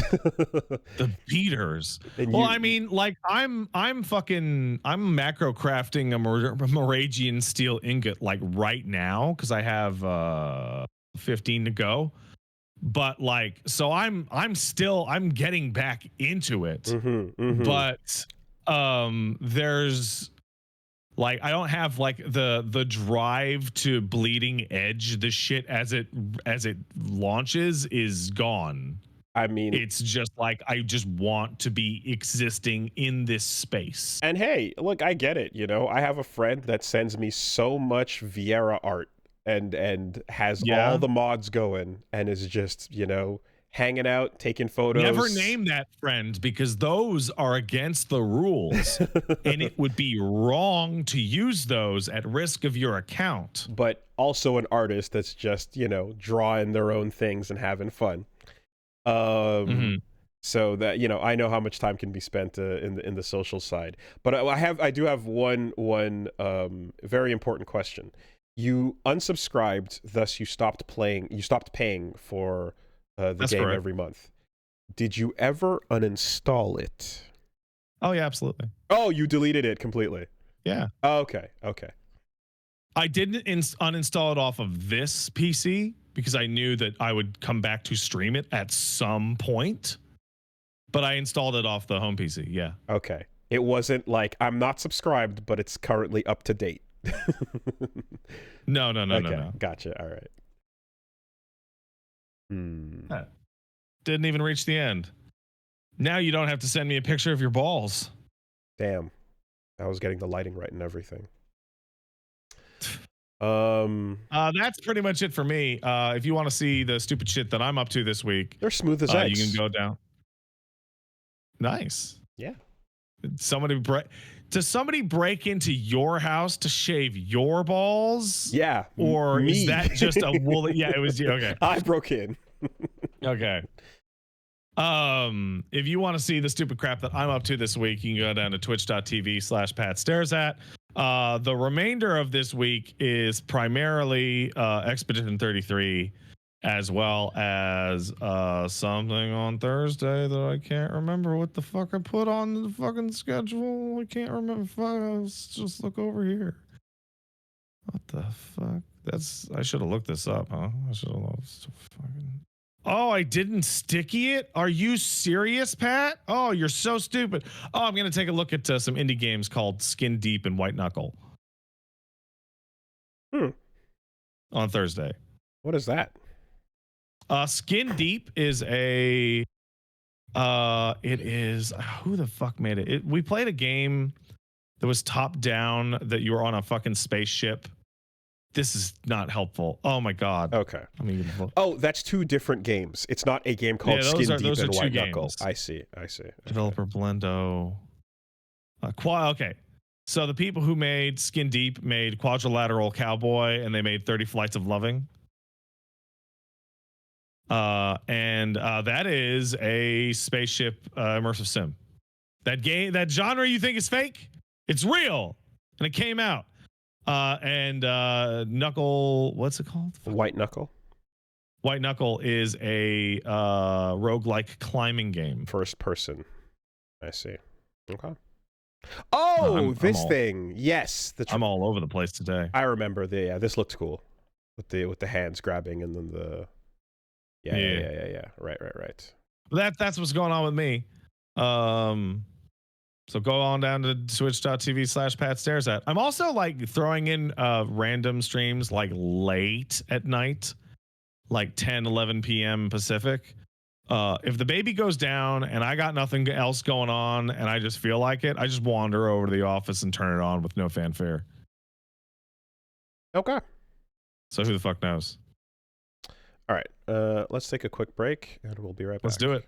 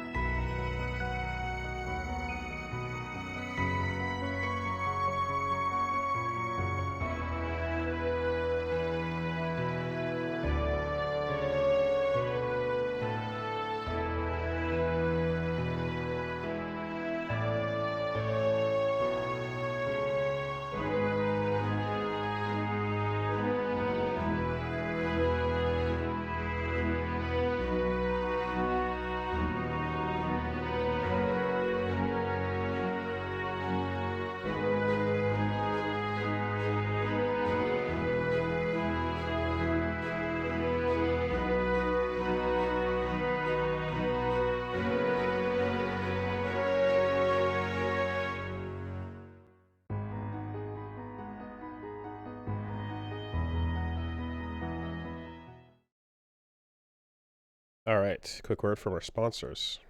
I love you, sponsors.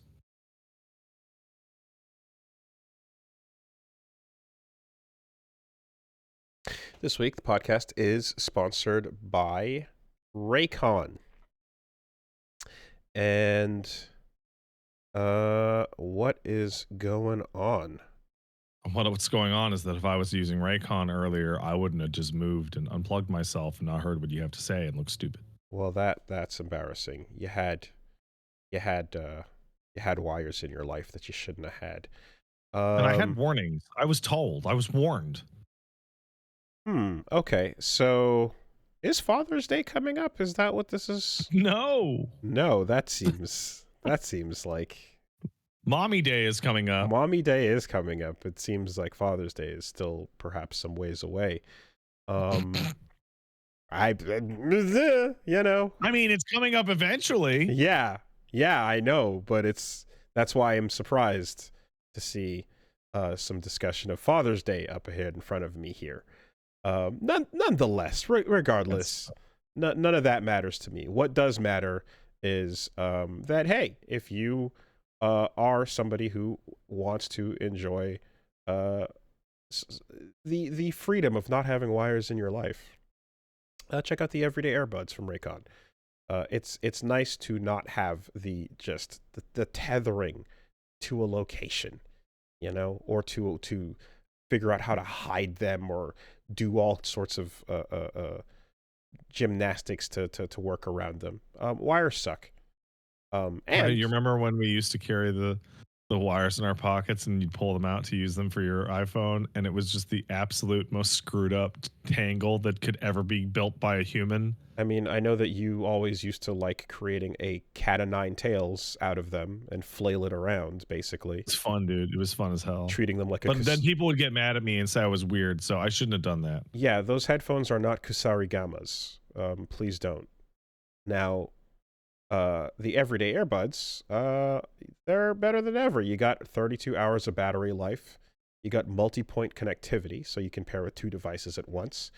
And you're talking about a quick charge function as well, which lets you just charge for 10 minutes to yield 90 minutes of battery. So incredible to just plug those in and be ready to go if you have to take a trip. You've got active noise cancellation, so that is particularly useful as well. And you're getting all of those features at just half the price of other premium audio brands. Particularly, I got a pair of blue ones that I know work great for when I'm hitting the bags, when I'm boxing, and I want to have something sturdy in place. They're great for, not falling out despite the sweaty activity. So that's a good testament to even though you're getting wet. I'm getting they're wet. Staying in. I'm getting wet.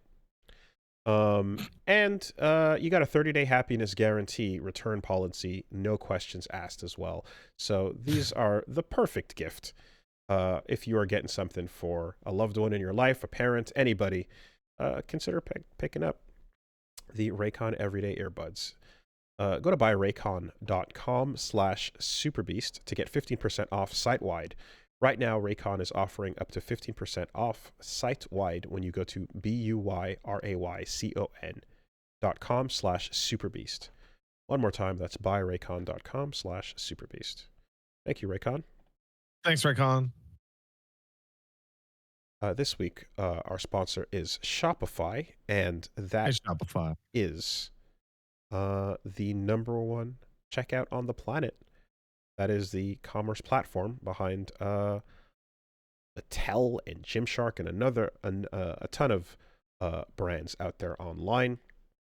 And yeah, when you are trying to figure out how to get your business started, when you are trying to get into, I've often talked about the t-shirt game from podcasting, but whatever the case might be, there's a lot of different ways to approach starting up a new business. And if you don't know what you're doing, it can be very difficult to figure out how to ship things to people, where to ship from, where to ship to, how to keep track of where people are seeing your stuff.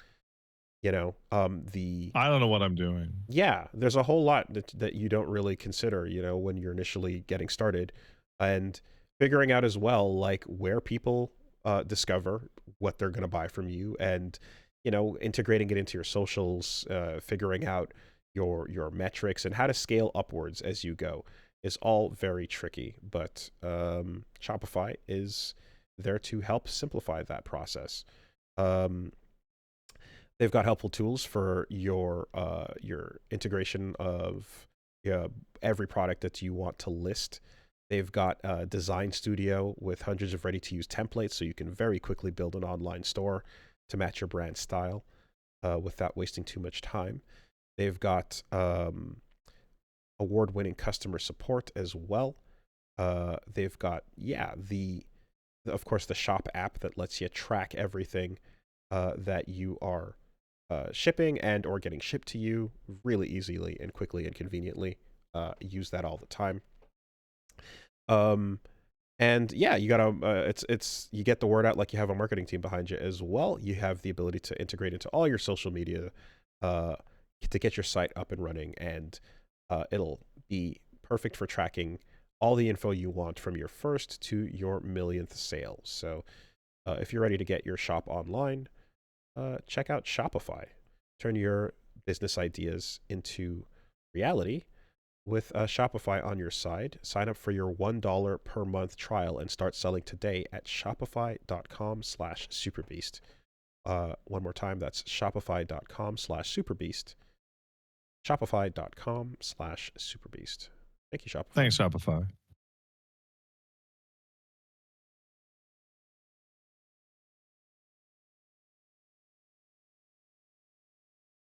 Excuse me. All right. This week, the podcast is sponsored by Aura Frames, and those are... Aura Frames. We were just talking about these the other day. They're the best. They're incredible. My biggest problem right now is the fact that I got my mom an Aura frame for Mother's Day last year, which means that I don't have the slam dunk that was last year's gift again. Well, you could just get a different one. You certainly could, but that first time, she didn't know what it was, and the unbelievable, holy crap, what you can do, what is only going to work that first time. One of those internet magic devices. But now, certainly, she's super on board for maybe setting another one up, and and again, I know other people as well that can be just as floored by it. So yeah, Mother's Day is coming up, and if you have not done so, I highly recommend an Aura digital picture frame. It was named the best digital photo frame by Wirecutter, and it's pretty, honestly, it's a straightforward, just great thing to have. It's pretty cool. It's a good idea all the way around. Unlimited storage, so you can add as many photos, videos, and memes, even whatever you want. You can set it up very simply. You can plug it in and share away. You can set it up to, be connected to your, it can have a message for whoever you're giving the gift to. So when they plug it in right away, they can see some preloaded photos that you have already uploaded. And then, yeah, it's as simple as just grabbing the app and you can upload them right away. You can choose to cycle to certain photos if you want on the list. You can even, if you don't have any other way available to you, you can email your photos to an email address, and it'll even download from that to the frame as well. So it's... So wait, do you still have the email access to the one you gave your mom? Yeah, there's a private email address specifically for that frame, Would you be able to say, I don't know, Photoshop pictures of yourself in things that didn't happen and just send them to your mom's picture frame? You can do anything. You can do anything, anytime, anywhere. No one can stop you, Be like, remember when I did this, Mom? She's like, no. I'm like, but there's photos of it right on there. Your Aura frame. They've been there the whole time. It's just that easy. Trick your parents into thinking that you got up to things and did things and went places that you have not been. No, you can also, of course, the thing is, besides as a gift, I like the one that we have around here as well. It's been pretty awesome to just, have a little scrolling by frame, and, you see a little photo, you can tap it, leave a heart. The notification goes to, anybody who's sharing with your gallery, and you also get a smart brightness feature that like becomes brighter or darker depending on the light in the room and what's going on around. So at nighttime, when the lights turn off and we're all going to bed, the frame turns itself off, it dims, and then eventually you just get that black. So you don't have to worry about the light pollution as well. It's really, really cool to have, and I've been liking it more and more regularly. So yeah, great deal for Mother's Day. For a limited time, listeners can save on the perfect gift by visiting auraframes.com, and you'll get $35 off plus free shipping on their best-selling Carver matte frame. That's auraframes.com, promo code SuperBeast. Support the show by mentioning us at checkout. Terms and conditions apply. Thank you, Aura Frames. Thanks, Aura Frames. All right. And this week, the podcast is sponsored by Rocket Money. And that is a crucial service in today's landscape where they help you find forgotten things you've subscribed to and cancel unwanted subscriptions. If you lost track of stuff, if there's anything you've signed up for but forgot, or even if it's got a difficult or unclear cancellation process, they can help you get canceled on those services very easily as well.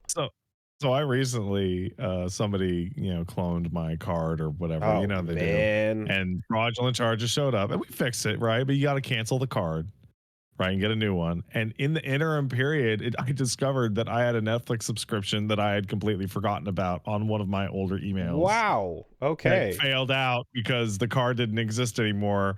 And I was like, wow, I've been paying for that for I don't even know how long. Thanks, guy who stole my credit card. Wow. From crime until finding out what you needed. Saving me the money in the future. Incredible. Look at that. It's so easy to forget. So yeah, no, that's a super useful thing. I think we've seen different examples of it. I've seen things I've tried to unsubscribe from that loading up Rocket Money. I just saw that and I was like, wait, what is the name? What is that? And I didn't recognize it. And then I've also seen stuff where the price has changed. It'll give you an alert for that as well if you're subscribing to something that suddenly has increased, and these are all auto deducting. Yeah, if you want to get stay on top of your finances, I think it helps to be able to manage and monitor what's going on with this stuff. And I think one of the craziest examples for complexity was the app that required a unsubscription via going from the app to the website to send yourself a temporary email that's only up for 5 minutes, and if you don't click the link then the whole process has to be restarted. And it was so complicated. So just the fact that they also have the ability to just like cut through the crap on that as well to help you out is very useful. So yeah, get in there with a modern solution to a modern problem.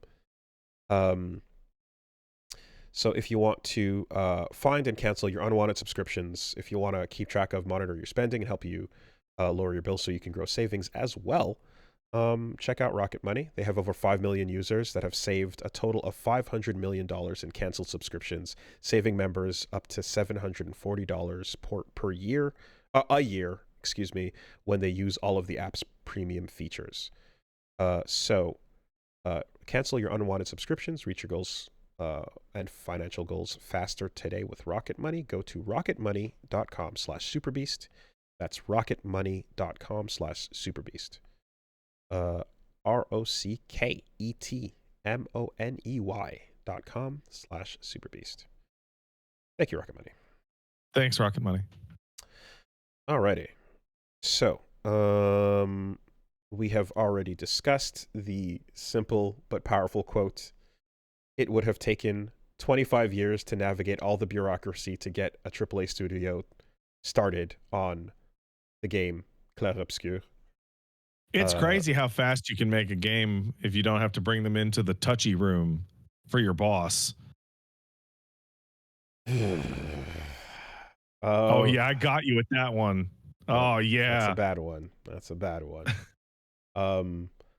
or if you just find really sick, talented people online and subscribe to Crazy Taxi Development, which is you're okay, get in.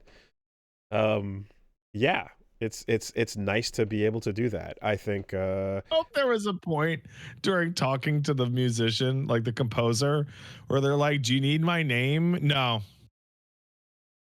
I don't even want to know your name. I don't even want to know. I don't want to know what you look like. Give Just it to keep the sending music. I clicked play, you're hired. Give your name to the person making the credits. Yeah. I'm just gonna call you Music Man. But yes, no, of course, this is all from an interview that Guillaume Broche had about Sandfall, and it's interesting because, like, yeah, through Reddit conversations and the trail of this game is all online too.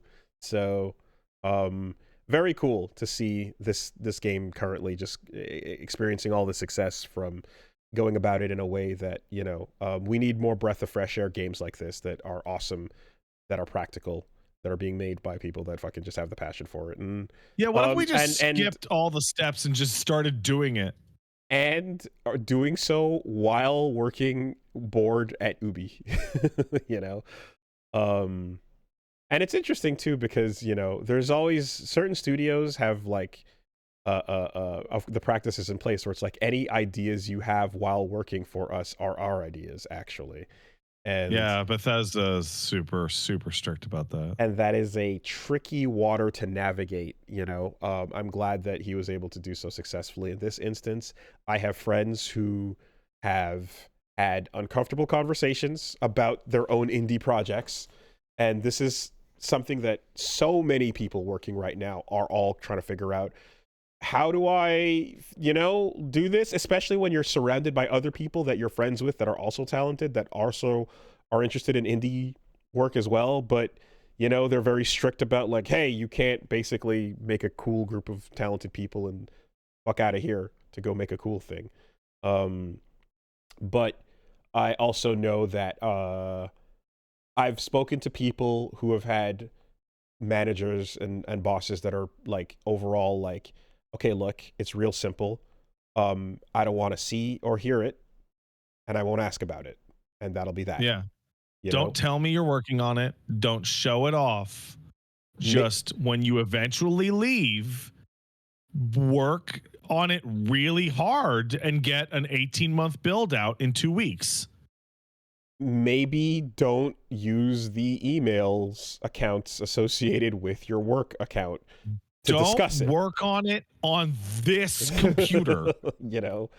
But there's a very clear, just like we get it, just don't be stupid, and it's like, okay, got it, respectable energy from people who know the deal. Because yeah, hey, guess what, people who are creative and talented that get jobs in the industry oftentimes have dreams of doing bigger, cooler things. So, or, when you work on your big indie game, do so as a completely anonymous fake person like Toby Fox or whatever. Is Toby Fox? I don't know. Only Sakurai knows. Toby Fox could be like 10 different people. I don't know. Does Sakurai know that he even knows? I can confirm that Sakurai played him in person, but I don't know that Temi even knows. I don't know that anyone working on Deltarune has met Toby Fox in person. So that's the mystery. But yes, yeah, just, cue up the fucking Wooly GIF if you need to. Don't be an idiot. Just shut the fuck up. So that's cool. I look forward to more from this team and for what they're doing, and in general as well, the fact that this first interview addressed exactly the whole thing about the bloat of AAA studios. And I'm reminded of the conversation not too long ago when I was talking about the big Twitter thread about how every game challenging the free-to-play Fortnite or whatever other free-to-play monolith is going to struggle to convince people to stop playing their game temporarily, stop playing the free-to-play game to temporarily spend what's now going to be $80 on this full service thing for a couple of weeks. If your friends are down, then maybe you'll do it together, but otherwise it's a mild distraction, which then leads back to the free, full-time, full-service game.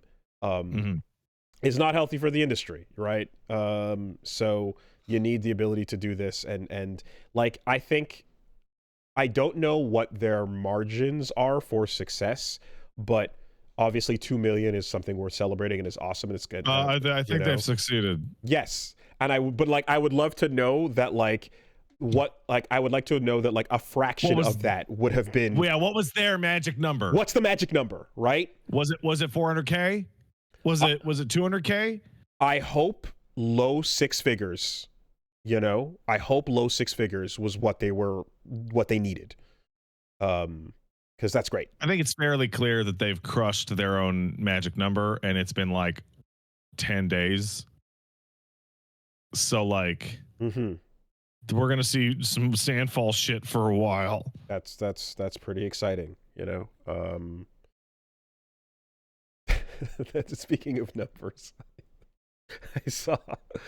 I saw like a thing that I saw a message. I was like, Ye's new album sold like 2.4 thousand copies or some shit like that, and it's like, yeah, all of that just to go double styrofoam. You know, it's quite incredible. So numbers, putting up numbers, big numbers. Good stuff. Anyways, what else is going on? Hold that thought. I am required elsewhere. I will be back in 5 minutes. Perfect.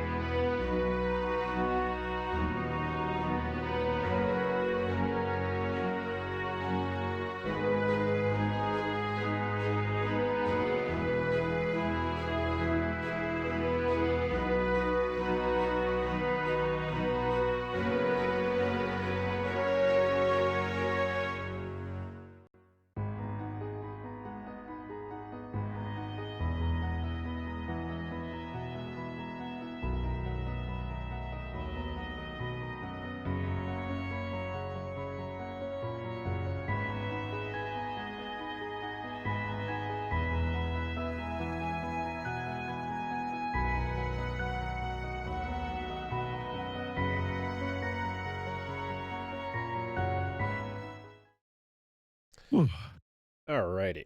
So, other things happening. Let's see. Well, some video game news.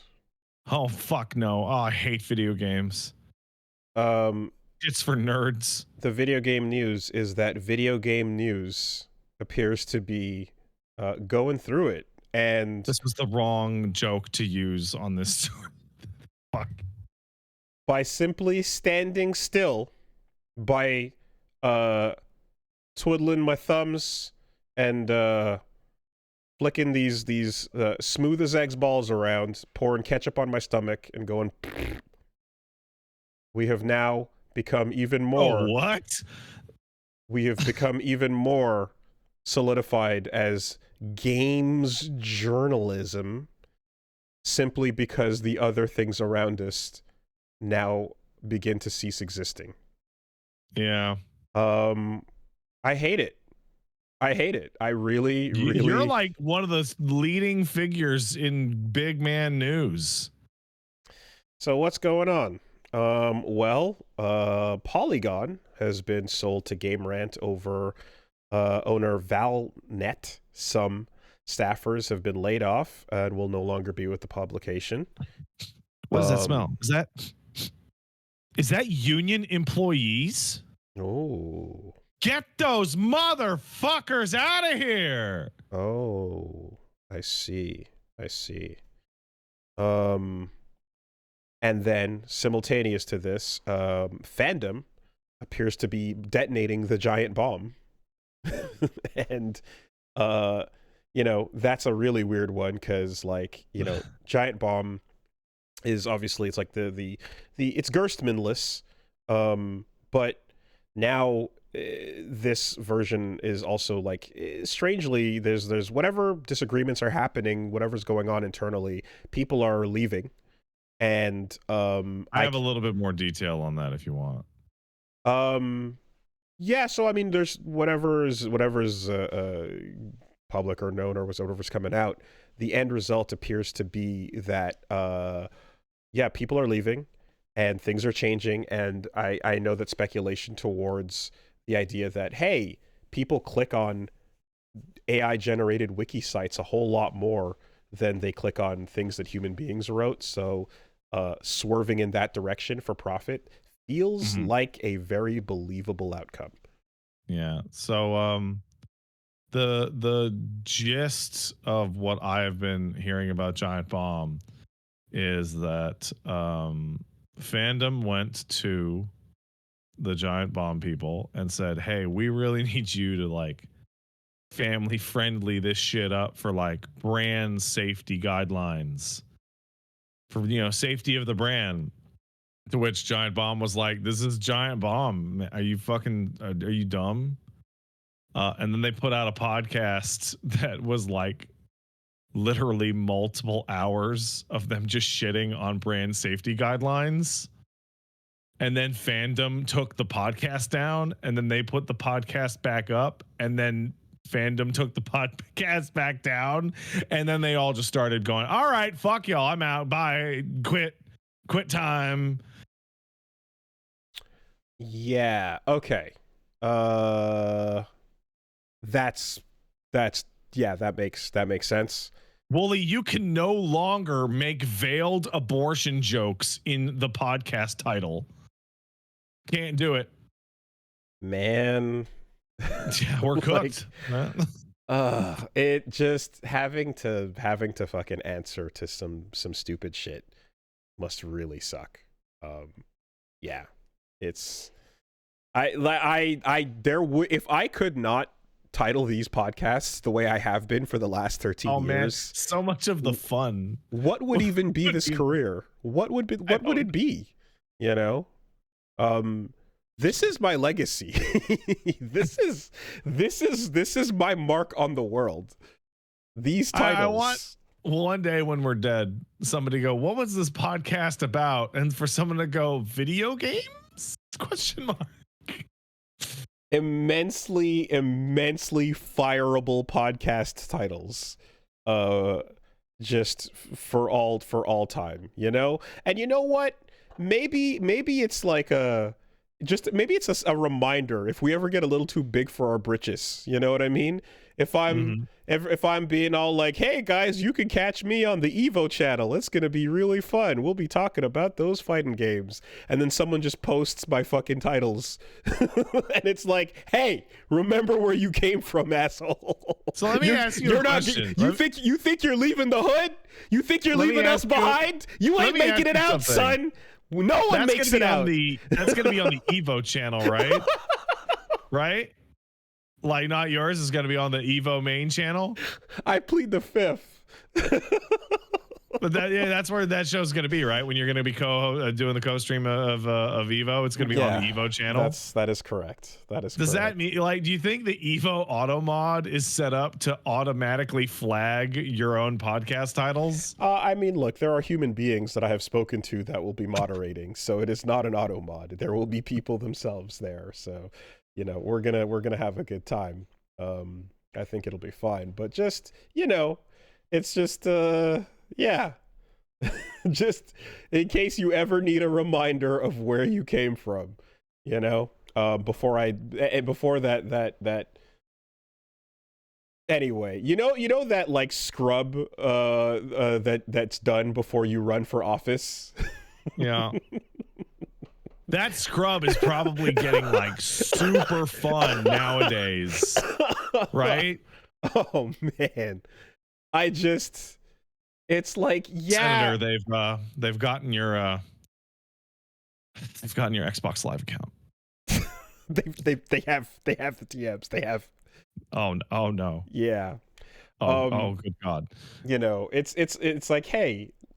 These titles are out of control and need to stop, or instead did you just explode it into subsequent like titles and named clips that just quintuple down on the the what, I don't even know what you describe it as, but the unawardable titles, you know? Yeah. Anyways, listen. The Academy refuses consideration of these titles.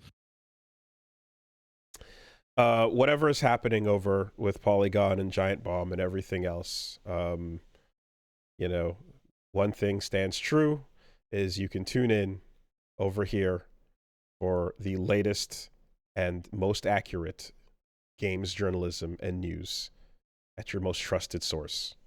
Also, considering the history of Giant Bomb and the people that work there, I'm giving it like 10 days before not Giant Bomb gives birth to itself and is the exact same goddamn thing with all the same people.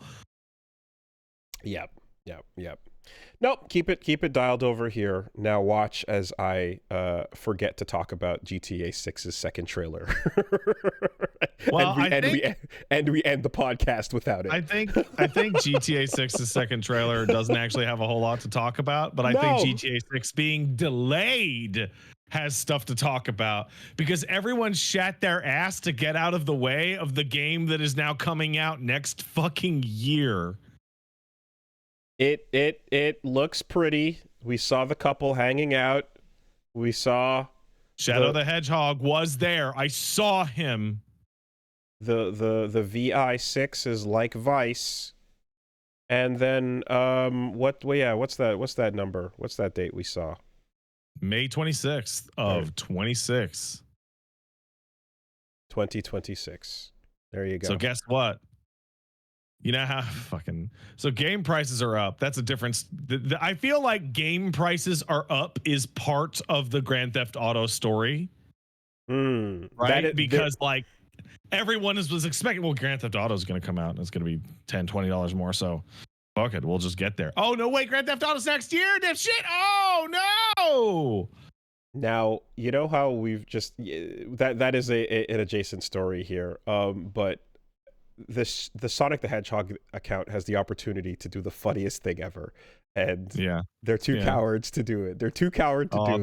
They're not. You don't know that. They're crazy. If they just congratulated GTA 6 on its announcement, and perhaps the tone of the person writing the tweet was a little more edgy. Yeah.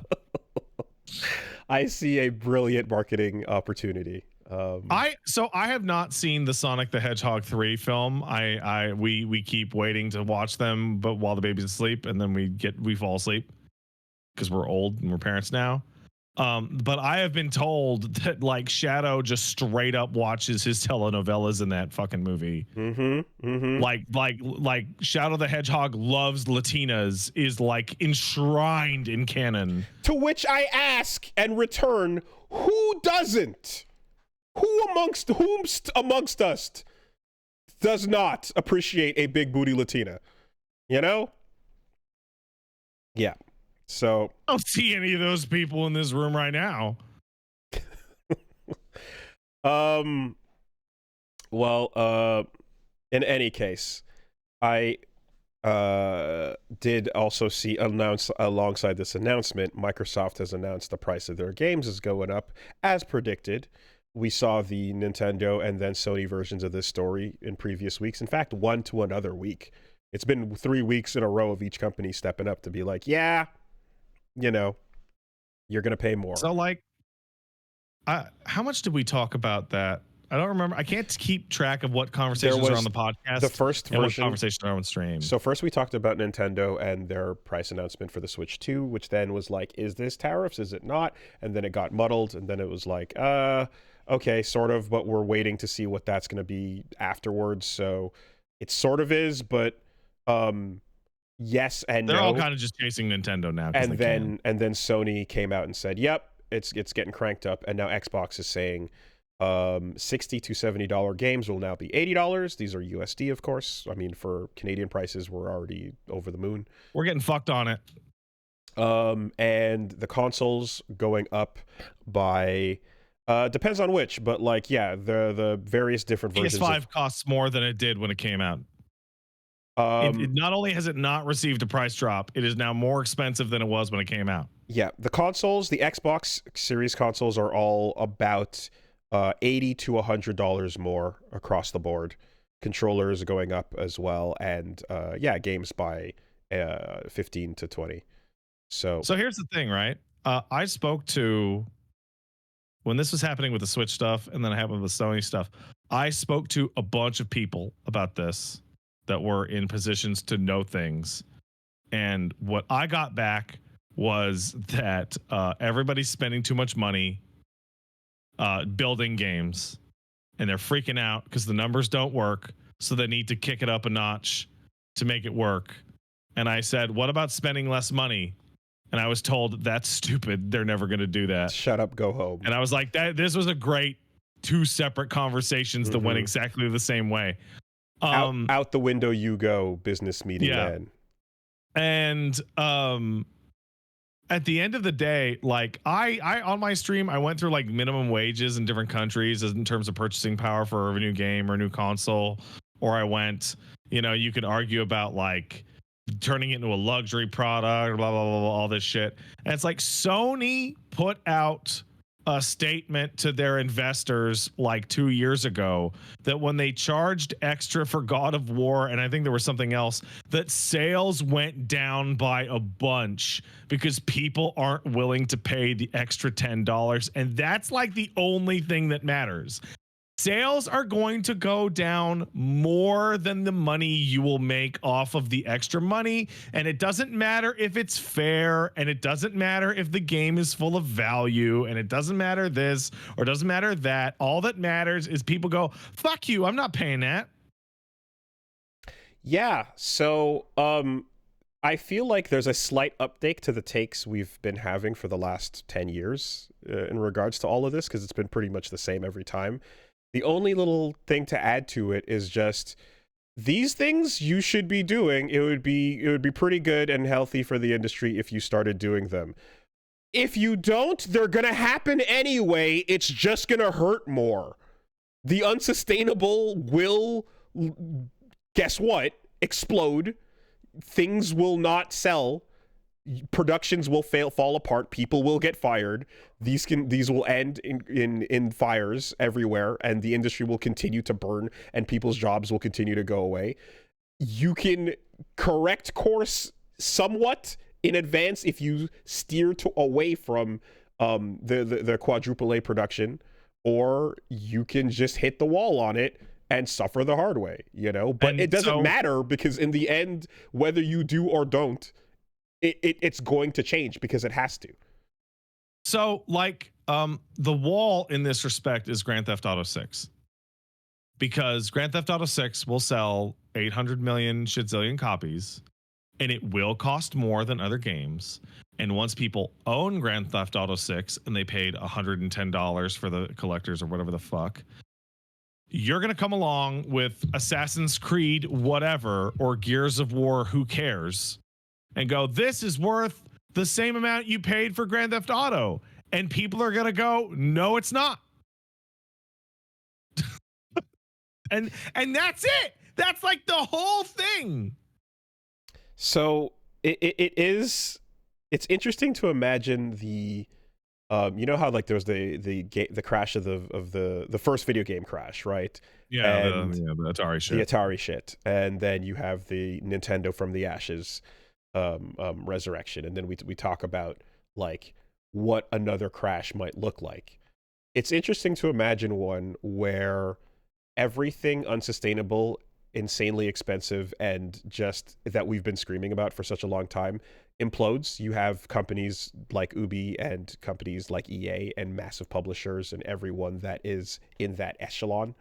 You have a world where those things explode and the IPs end up in every possible direction, and then people that are just at their computers making indie games just kind of look around and go, huh, damn, that sucks anyway. Man, dude, I remember Post, 20 years, you know, of the phrase, who even owns System Shock? Do you remember that? Just like, oh, whatever happened to that game series? I don't know. No one can find who owns it. I just find it so fascinating that, you know, we could easily head for a crash that detonates the entire top floor, and then people in small teams working on passion projects, publishing themselves straight to Steam, will continue to be able to do so in the ashes. I have a brave thing to say. Be brave. Can I say something brave? Say something brave. I think we've been in a video game crash for multiple years. Like, the difference is that it's been slow. It hasn't been a catastrophic, everybody goes bankrupt all at once. But for like 5 years, we have seen bankrupt, absorbed, but like absorbed into a bad situation. We have talked about layoffs almost every week for like 18 months. Yo, bars. Like 100,000%. Yeah, and it's interesting because, like, it's almost like there's a lot of things in life that you go through that you expect are going to be these massive, insane, explosive, historic events, and it turns out, no, you can live through them quietly in a weird way where nothing really explodes. It just kind of persists. There's no, like, you know, and you're like, oh, we're in it. Are we in it? We're still waking up, and it's all, no, 100%. You're waiting there's for... There's no one-day cataclysm for video games. You're waiting for the cataclysm because that's what the history books kind of taught you about, you know? And there is none. You're just in it day to day. It's crazy. You're 100% right. And I think a lot of things in life are going to be like that now. It's a weird feeling. There's going to be a crash. I think it's fairly inevitable, like a proper crash. And the date on it, like, oh, this was the start of the crash, like Rome or some shit, is going to be like when Ubisoft gets bought in by Tencent, or it goes bankrupt, or when EA has to fucking cut and run, or, you know, that, like, some mega company, right, has to be like, oh, can't make any fucking money. And then the stock people all go fucking nuts because all video games don't make any money, and they sell, and then a bunch of capital gets lost. And it's a whole fucking thing. But like that's just like part 25 but then of the thing we're watching happening in slow motion right now. But future historian goes, but that makes no sense, teacher. You're saying there was a crash while Nintendo, Sony, and Microsoft continued to make hardware and release them to shelves. I have a new brave thing to say. I think that if Sony and Microsoft are raising the prices of their fucking boxes by $100, I'm going to look up something right now. I'm going to go to Amazon.ca and I'm going to click in Sony PlayStation 5. And the Sony PlayStation 5 fucking disc edition costs $744. With tax. That is $744 times 1.14. That is $850 for a PlayStation 5 that is 6 years old. Okay. I do not think there is going to be a PlayStation 6 or an Xbox Next for a fucking while. Unless something insanely drastic changes, perhaps. I do not. There's not. Oh, you want $1,000 PlayStation? I don't think anybody wants a fucking $1,000 PlayStation ever in the history of anything. Christ, I didn't buy a PS5 Pro because it was too expensive. You and me are in the fucking freak 1% of video game obsessives. And we were like, oh, that's way too much. That's ridiculous. And how much did consoles cost back in the... Well, okay. And the cost of consoles and the cost of games and all this stuff relative to the wages that people were being paid at the time. Yeah. You know. Yeah, one of those numbers increases and the other one stays in the exact same place. So the pain, you dial that pain up. If I was the Xbox and the Sony, I would be like, well, we should just keep making games for this fucking thing for a while. So I just got asked that question the other day on stream, where someone was like, "Hey, what do you want to see in the new generation of consoles, or would you like to see things go back to the 4-year turnaround or whatever that it used to be?" And I'm like, "Are you like fuck no?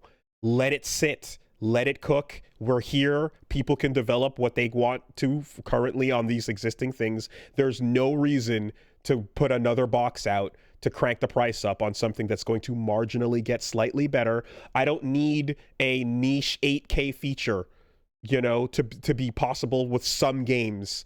I don't need the best game of this year so far might as well be a 360 game. You know, it just, I could not be... And it cost $50. It didn't cost the same as other games either. I could not be any further against the idea of starting a new generation for no fucking reason, you know? And it's, and each one, and then on top of that too, like the jump from SNES to N64 to GameCube, etc., from, you know, 16 to 32-bit to fucking that jump doesn't happen anymore, right? No, man, it's gone. You don't even get to argue on behalf of the insane tech jump, because it's become such a subtle background thing. You know, games and certainly on PC, you have these in-between steps where like shit looks prettier, shit does look better, you know, but like, is it worth it? Is it worth the fucking pain and cost and restarting of the development cycle, where also everyone has to learn the ropes again from scratch, and fucking it gets expensive again because no one knows how to develop for this new thing, you know? Dude, someone in chat just pointed out, so I was talking about Expedition 33, but I accidentally also described Oblivion, the best-selling game of this year. Is a fucking cleaned up 360 game. Like, yeah. No, there is something to be said about the weird soft crash, the passive crash, the thing that is like, we're still here. The market is making them. They're going out on shelves. Games are being made, things are being sold, but like it's becoming more and more impossible for people to continue participating in the industry as creators and as consumers on both sides. And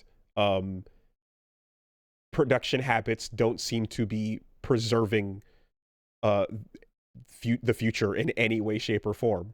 So you can just watch it slowly atrophy, I guess, in a weird, quiet, long-tailed way. We're getting into a strange place where people are going to go, there's no money in video games anymore. And that won't be true. That what's true, because everybody still has their consoles and PCs, and it'll just be like, if the economy is tough and blah, blah, blah, then there's actually plenty of money for video games below a very specific listed price. Threshold. Right. Or otherwise you go and you know, the simple mechanics of that other discussion of like, okay, is your company worth investing in versus the S&P 500 period, right? Like just basics. No. Then what are we doing here? Right? So when the Xbox price increase happened, I think what I posted on Blue Sky was like, Microsoft, you are fucking crazy. You are not Nintendo. Nintendo isn't even the Nintendo that Nintendo thinks they are. But they're still Nintendo. Right? Like, I'm like Mario Kart and fucking Donkey Kong and shit. It might as well be a Disney property in terms of obsessive belovedness.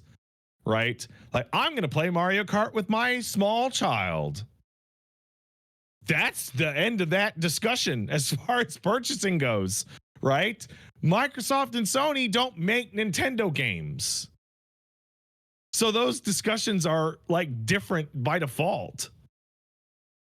It'll be interesting to see an industry where, you know, the type of person that, let's say, Call of Duty and GTA and every other mainline thing, let's say those things go away, right? Yeah, they're going to go away. The type of person who is like, oh, I guess video games are over. Yeah. Right? That's a lot of people. There's a lot of people who are like, oh, this entire genre is over then. I have discovered in my mind the day that the video game crash will be recorded. It will be the day that EA says we are not going to put out Madden or FIFA this year. No more sports. Yeah. I mean, we'll go and like, right? Literally 800 million people will go, well, I guess I'm never playing a video game ever again. You know, and it's like, meanwhile, we're going to be over here talking about like, yo, you see what fucking Blueprints has got going on? That's just crazy. Hell yeah, bro. Yo, for Deltarune is what? Wow.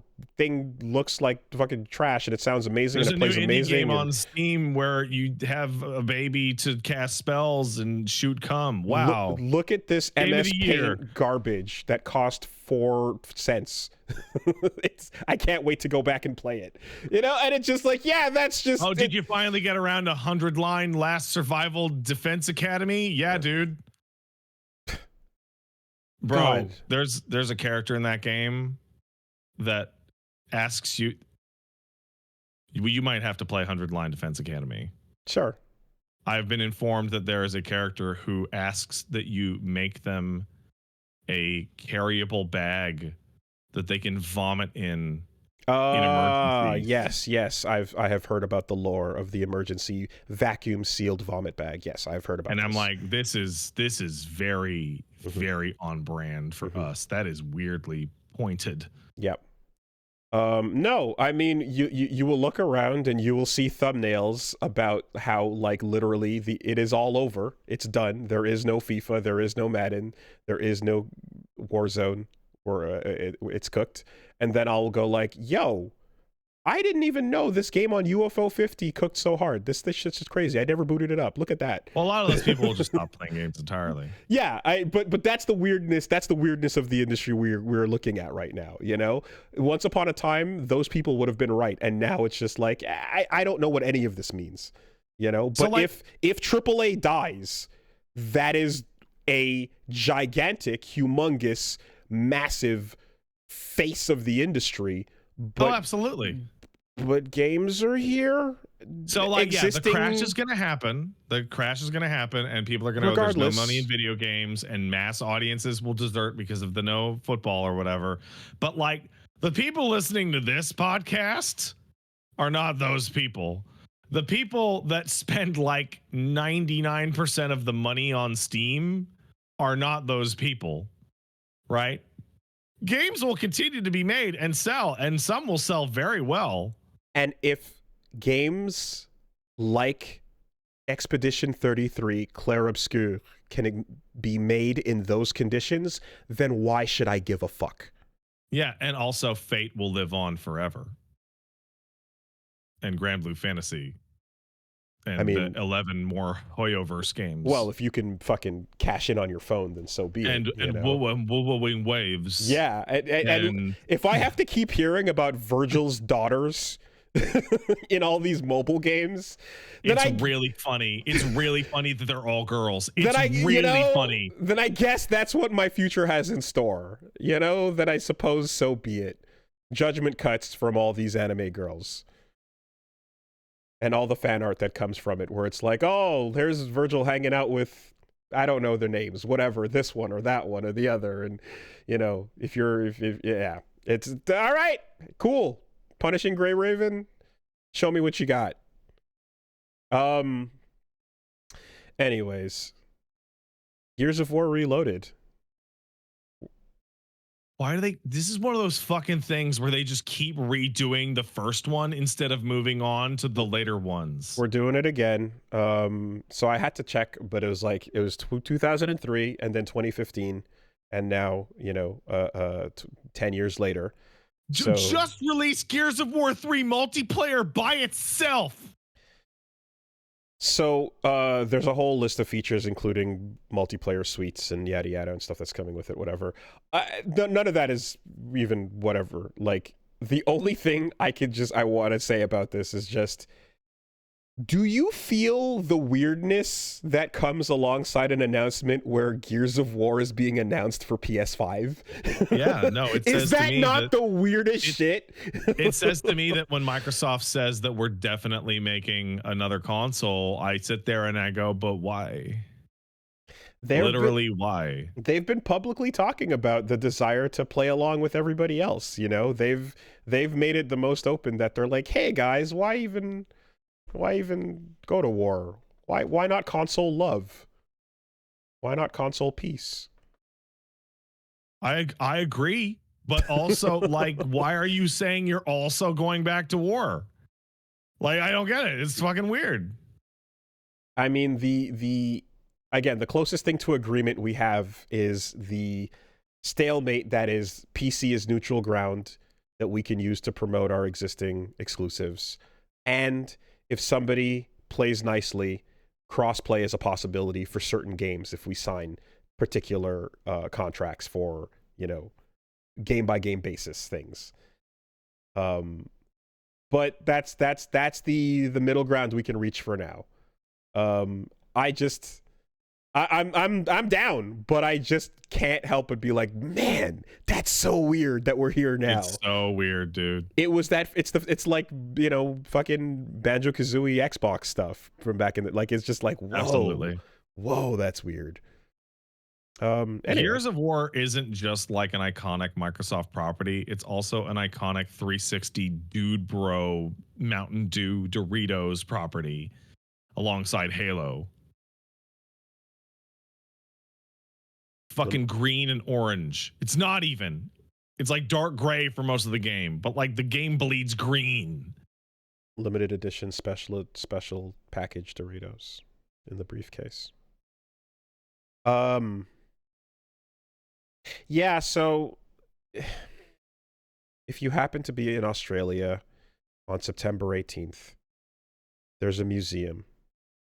And at that museum, they are claiming that they will have a fully playable exhibit with Silksong.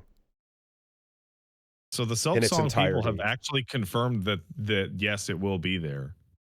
So instead of a release date of any kind, we have a story about a museum in Australia that is claiming that they're going to have the full game at least out by that date. And that's the closest we have to it. So hypothetically, the game will be out before September 18th's exhibit in Australia's National Museum of Screen Culture. And this is what will take, I suppose, for a date announcement. Do you think there's some kind of legal thing? Mm, Like, because I know uh, Microsoft owns like the marketing rights for Silksong, and um, it's if there is, then why not just why like frame things as if it's like, no, it's coming, don't worry, right? Like, why not just be like, oh, stuff speak like I don't know. I feel like you phrase and talk about it and the team and everything that's been happening in the background with that, at least, but what was public facing would have been handled very differently if it was like, oh no, it's done, there's legal problems we're figuring You out, know what? you know. I'm gonna take back every negative thing I've ever said about Team Cherry and Silksong and everything about this on one condition. If I beat Silksong and then I watch the credits and it kicks me back to the fucking title screen and I was like, that was pretty amazing. And then there's a new option on the title screen that says Hollow Knight 2 and I click on it Yeah, and I play Hollow Knight 2, then yeah, I will shut my mouth. yeah. That's funny. That's funny, but no, I don't care, actually. Like, we get it, more game than anyone has ever asked for, but that I feel like that has long wore off. The idea is we know that there's more game than anybody wants with what Team Cherry's doing. It that's not a thing. That doesn't matter after a certain point. Too much is not, it doesn't matter when you're holding nothing. Like, it I get it, but I don't care. I just don't care. Yeah, okay. 4, 5, 6, 7, Okami, you know, whatever. Yeah, Okami's always going to be the peak. You know, 20 years from now, it'll also say 3 and Silksong 2, and that, like, it's like, what? No, it doesn't, like, just because there's more, it doesn't mean that, like, this is reasonable. I like more. You know, I like more. I like less, actually. Okay. Anyway, all right, let's take some letters. There was something else I wanted to talk to you about, actually. What's going on? So they did the Borderlands 4 State of Play thing, where they showed off a 20-minute presentation of Borderlands.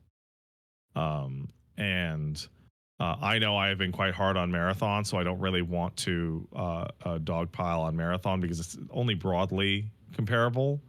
But I remember complaining very adamantly that I did not like the style of the Marathon presentation because it was like a bunch of dudes sitting around on a stage talking about it for most of it and was very, very light on stuff.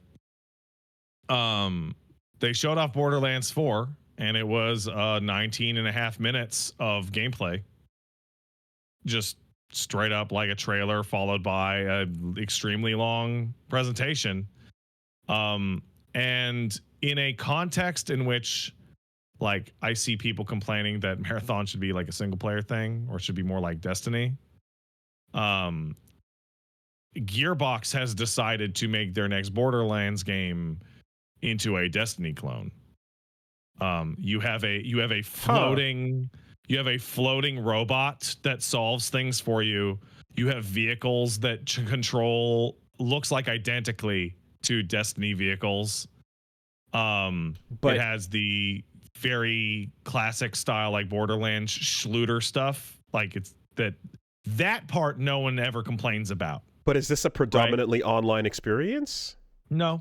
It is a single player game that you can play in 4-player co-op at all times. Oh. It's okay. like it's closer to Diablo than anything. But it's Destiny styled in that single player experience. Okay. The movement abilities, the movement abilities, the vehicles, the little robot that helps you. It really looks like they took inspiration from Destiny. Okay. And the gameplay stuff for Borderlands games have always been fantastic. The problem is the absolute nightmare, god awful, cringe fuck writing and voice acting and delivery has been horrible. Borderlands 1 is played like mostly straight, but it's in a goofy setting. So like a lot of the humor comes from the clash between absurdity and seriousness. And then after that, everything just became like memery and fucking nonsense clown shit from 2 onwards. They did a 20-minute presentation that contained no jokes. Not a one. Mm. The only thing I could label as a joke is that a gigantic, horrific monstrosity came out as a boss fight, to which the characters exclaim, like, "Oh my God, what the fuck is that thing?" And the name card says Tim. Okay. And I went, that's pretty funny. So are you about to say that by abandoning its identity as a game and through its writing and through its script, this is the most excited you've been for a Borderlands game? No, what I'm about to say is that the thing that I have been asking for since, when did Borderlands 2 come out? Borderlands 2. Borderlands 2 came out in 2012. So for 13 years, I've been like, man, I really wish Borderlands was written more like 1. Like the first one. I see. That I really, really liked. Okay. And they say we are going back to, like, verbatim, we are going back to the style of Borderlands 1. And I'm like, yes, this, please. And then the narrative lead posted a fucking thing on Blue Sky saying that they made sure to emulate the what was it? The famous cinematography from Shadow the Hedgehog 3, which was the Akira slide. Okay. Crediting it to Shadow. And I was like, that's actually pretty funny. Okay. So like so the franchise has been around long enough and had enough spin-offs and things going with it that, like, why not try everything? We have Borderlands 1, 2, 3, pre-sequel, Tales, and then the Tiny Tina fantasy game. Mm-hmm. There's been and like every single one but the first one has just been like god awful dialogue and narrative. See, I didn't just fucking terrible. If we've talked about the first one not having that issue, I feel like this hasn't come up enough for me to remember that. So I didn't know. Well, yeah, the first one was like 2009. Mm-hmm. And like, dude, I fucking love Borderlands 1. It has a great tone, has great music. I thought the whole bit was that the entire franchise was that, No, that's why people get mad at it, because there's one that isn't like that. And it has the best tone. And it's like, it's not like fucking Oscar or even Sony like prestige game writing, but like one is like played straight that is kind of funny. And it worked really, really well. And 2 is memed out to shit, but the villain is very charismatic.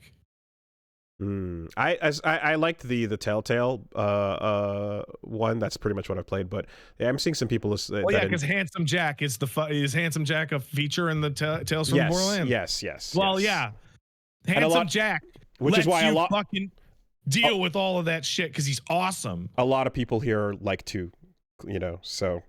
I'm gonna put this out there and I'll see if the live audience agrees. 2 is just as cringe as 3, but Handsome Jack is there, so fuck it, it gets a pass. Interesting. Like that's how I feel about that. It's one element that is being remembered fondly. Handsome Jack's great. Okay. Yeah, it was funny. Anyway, yeah, Borderlands 4 looks great, and now it comes out before Marathon, so that'll be interesting. Hey, well, single player. There you go. Yeah. That's the thing that you like. Yeah, It's nice to have games that you can play by yourself. You can just play them by yourself. No one can force Isn't that cool? Isn't that a cool feature you can do sometimes? Yeah. I saw someone mention, hey, y'all gonna talk about Echo the Dolphin? And I'm like, what about him? So look, to be perfectly honest, like Sega announcing a bunch of old franchises returning, like I'm gonna put these all in the same boat where until one of these comes out and we see what's going on, Jet Set Radio, Crazy Taxi, Golden Axe, Shinobi, this is another one. And if something comes out and it's good, then I will pay more attention to the rest of these. But until then, I am cautiously pessimistic, especially given what I've been hearing about behind the scenes a little bit. Doesn't sound like too excited about it. So I hear Echo's coming back along these other things. I got nothing to say about it. Let me see one of these new Sega things come out and be good. Then I'll care about the rest. I think that's fair. Hey, if you want to send in a letter, send it to castlesuperbeastmail@gmail.com. That's castlesuperbeastmail@gmail.com. Yeah, I don't think Streets of Rage 4 was a part of that group. I think Streets of Rage 4 No, it was wasn't. It no, was that way before. that was a .mu thing on its own. That it was completely separate from this development push. Right. This is a particular one that we're seeing that's looking like micro for some games is coming out. And anyway, it's not the same thing. Let's take one over here. All right. Hello, flashbang through the door and climb up the ladder if you want another go. Games have been my hobby ever since I was 5 because Dad was a park ranger and I lived miles from civilization. Weren't any other kids around, lots of dangerous animals outside, so I stuck to my Genesis and played consoles up to the PS4 era. Renting games, having rental games mailed to you was at its peak in the late 2000s. And Bro, the idea of like, oh, I gotta play my video games inside or else I'll be attacked by bears is fucking cool. I was beating one game every week during the 360 PS3 era.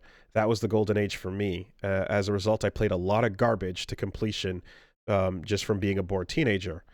Worst game I've ever rolled credits on was 2009 third-person Western shooter Damnation. If you don't remember it, you can look it up and see. It's completely unremarkable. It was so bad, solid 3 out of 10 or worse, even for the time. We played that at your house, didn't we? I don't remember this game. No. I can look it up. Still not my least favorite game of all time that I've beaten, but that award goes to Mass Effect Andromeda, which was the nail in the coffin for my excitement on that franchise. But what is the worst game that you have beaten in terms of quality and follow-up that you most resent? Oh, we did not play this. Holy fuck. From SKBN. So yeah, there's a lot of games that, you know, are terrible that you don't roll credits on. I think the worst game I've rolled credits on is probably Omicron: The Nomad Soul.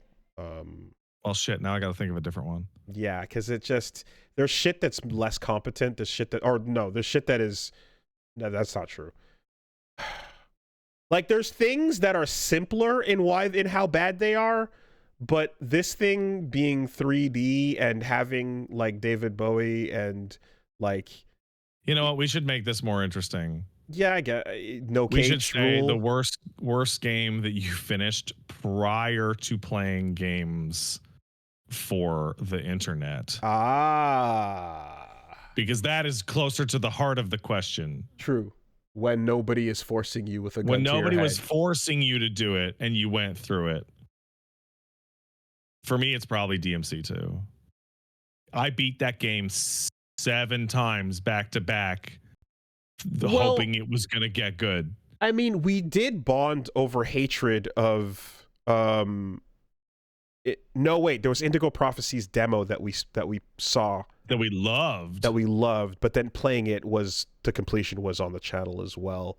Nope. Indigo Prophecy, we played to completion on the channel, but we all played it to completion first before the channel existed. Yeah, okay. So I was trying to remember if that was the case. Yes. So then that is technically that's really funny. A David Cage game that happened. Omicron. Let's just pick this next game from the same developer. Yep. There was that one. Like I'm hitting credits. There's a lot of games I fucking just before LPing, where you stick it with it all the way through. Like, that's fucking crazy, you know? See, I never had like a vicious... I had a very short time in my life where I had like a desperate need to finish games that I picked up, because for the NES, the PlayStation 1 and the PlayStation 2, for most of those systems' life cycles, I had methods of playing many games on the cheap. So if something was like straight dog water, I'd be like, fuck it, I just need to go buy more CDs. Yeah, it's gonna have listen to music on. It's gonna have to be David Cage then, because I mean, look, what am I gonna say? Like Evil Zone, fucking or guys, I think it's so funny that our hatred for Evil Zone was so strong it actually got all the way out to Paul Eiding. Do you know that? What happened with Paul Eiding? Paul Eiding at some point was sent our Colonel? Evil Zone video. Yeah. and remarked on a different interview years later saying, yeah, I really liked working on Evil Zone, and I saw these guys talking about, oh, poor Colonel Campbell working on this dog shit. And I was like, I really like working on that dog shit. It was great. All right. Because I think he plays Danziver. Yeah, Danziver's cool. It's a fucking Toku hero. And it's cool as long as you don't actually have to touch the game. As long as you admire it as a thing to look at, which working on it, I'm sure you can do, you know? And the same for anybody who showed up and got really upset. It's like, yes, it's really cool to admire this thing without actually touching it. In fact, this has happened a couple times throughout our career where you were, you know, a thing that's really cool to look at, but feels like shit when you actually play it, upsets a lot of people that are unable to necessarily, like, feel the shit because it's just cool to look at.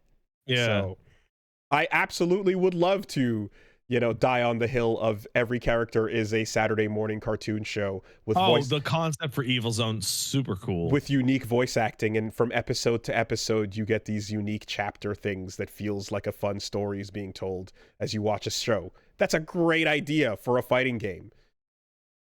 What isn't is 2 buttons and an inability to do more than 3 things. You know. Oh, well. Anyway. Yeah, there you go. Let's see here. Dull says, hello, Graveborn Wooly and Beast Tamer Pat. You've been granted the ability to resurrect 2 canceled video game projects and bring them to completion, no strings attached. What do you revive? Oh my god, yeah. I need like a second. That's because fuck. Because this is interesting, because think about stuff that has been like, I wanted this, but then it came back in another form spiritually anyways, right? I got mine too. That was faster than I thought it was going to be. Okay. Nova and Silent Hills. If you're not familiar with Nova, it was the Eidos Final Fantasy game. That would have been Eidos cool. was supposedly working on, according to my butt. That would have been cool. I think that might have been cool, Wooly. And Silent Hills, I don't think I have to explain Silent Hills. Yeah. PT is a pretty good one to bring back. That's an industry changer right there. But then what takes top slot on that, you know? It's funny because I remember a time where, like, once upon a time, I would have said StarCraft Ghost. There was definitely a time I would have said StarCraft Ghost. Absolutely. 100%. I guess I gotta say Titanfall 3. I guess so. Yeah. You know. What about Titanfall 5 and 4? 5 and 4. What about those? Titanfall 6 was where it was really going to come together. I remember when I first moved to Vancouver. I was we're doing the neighbor thing, and I ran into somebody who I was like, "What do you do?" Like, I work in games. He's like, "Oh, really?" I'm like, "Oh, I just cover them." He's like, "Oh, well, I work at such and such company." And I was like, "Wow, really? Do you think you could tell me about Titanfall?" And he's like, he just gave me a little smile. Mm-hmm. He was like, maybe. Mm-hmm. And I was like, oh yeah, that was like 3 years ago. Mm-hmm. that shit he was winking at me over is dead. Can I say something, Brave? Yeah, you know what? Yes. I don't know that Scalebound would have been as good as we were hoping it would be. Can I say something, Brave? Mm-hmm. Yeah. Yeah, I totally agree with you. 100%. I don't know, man. I feel so strongly in agreement with you. In a post Bayo 3 world, bruh, I don't know. I don't know. I can't stand on business on that one. You know? What was Microsoft cooking? You know? Did someone just walk into the room and go, "Man, this ain't it"? Nah. Yeah, I'm so torn because there's Bayo 3, but there's Astral Chain, and it's like, man, what a swerve on basically the same game. Time has fucked this entire thing up. Once upon a time, scale now it's like, and also we have Nero. We have 5 Nero. He's right there. He exists. He is right there. 5 Nero is fine. You know? I love 5 Nero. I love him. He's great. Him. I would kiss him. You know, would I love him more than other Nero? Other 4 Nero? Dragon Nero? Dragon? Yeah, I think I would love 5 Nero more. I don't know. Dinosaur Control? Gamora? That was fine. I don't know. That was okay. I don't know. All right. Can I throw an honorable mention to Prey 2? Yeah, you'd resurrect. Yeah, that game seemed like it would be really cool. Bethesda killed it so they could try and eat the studio, and it didn't work. Okay. You know what? And while we're on just let's get some fucking McDonald's fries questions going on here. Let's do it. Just the basics here. The bottom of the fucking the barrel. We got one coming in here that says, with DMC on everyone's mind because of the anime and so on, and Oblivion Remastered's success, how would you feel about Capcom remaking DMC 3 instead of making DMC 6? They could remake 3 instead of a probable remake of RE5 or Code Veronica or something. And to that I say, I'm in the camp that is like, yo, I think if the effort were being made to redo Devil May Cry stuff, then I would want it to be 1 or 2. Okay. So like we're gonna go on different paths on this. I'm like, man, I just beat DMC 3 like last week. It doesn't need it. Like it doesn't. There you go. That shit. They could clean it up a little bit more, right? Because the HD collection is not a super great port. Well, right? that Switch. How about taking that Switch port and putting it everywhere and just making everything fucking sick? You know. But like, fucking, yeah, redo 2. Yeah, save 2. Fucking do that. Save 2. Or if you feel like it, start with 1 to learn the ropes and then save 2 even more. You know. That's fine. I want to see the level of complexity on display from 5, though. And as somebody who is, well, of course, that's what we mean by save it, right? Take it even further. But as someone who's always championing the new, the wrinkle in the works here is this. I always am in favor of, yes, we know about the old thing, but like the new thing is priority. Itsuno has left the company. Someone else is taking the reins. We need them to have training time on one of those older games before committing them to 6. You want to make sure they can cut their teeth on something safer before making the future of the franchise without him. Now, granted, I'm sure there's a lot of people who worked on 5 that still work at Capcom. Of course. But still, there is confidence in taking a crack at it and going, oh, they nailed it with that remake, which was needed anyway. Now we can go forward into the future with confidence. Mm-hmm. All right. I'll leave it there. Have a good week, everybody. Peace out.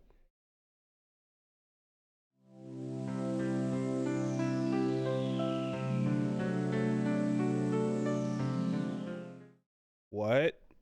Hey, Wooly, can I ask you a really stupid favor about the podcast? Okay. Can you not use that photo of Prince Charles at the end? it scares my baby. Oh. Because Paige watches us do the podcast.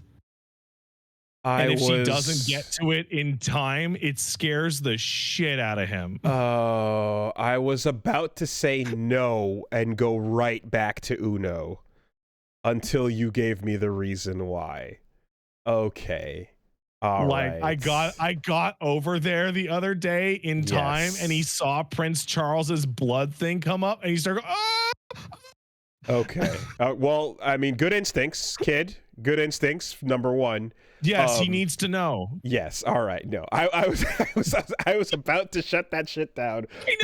I know. But that is yes. All right. So with that, everyone, the bit is dead.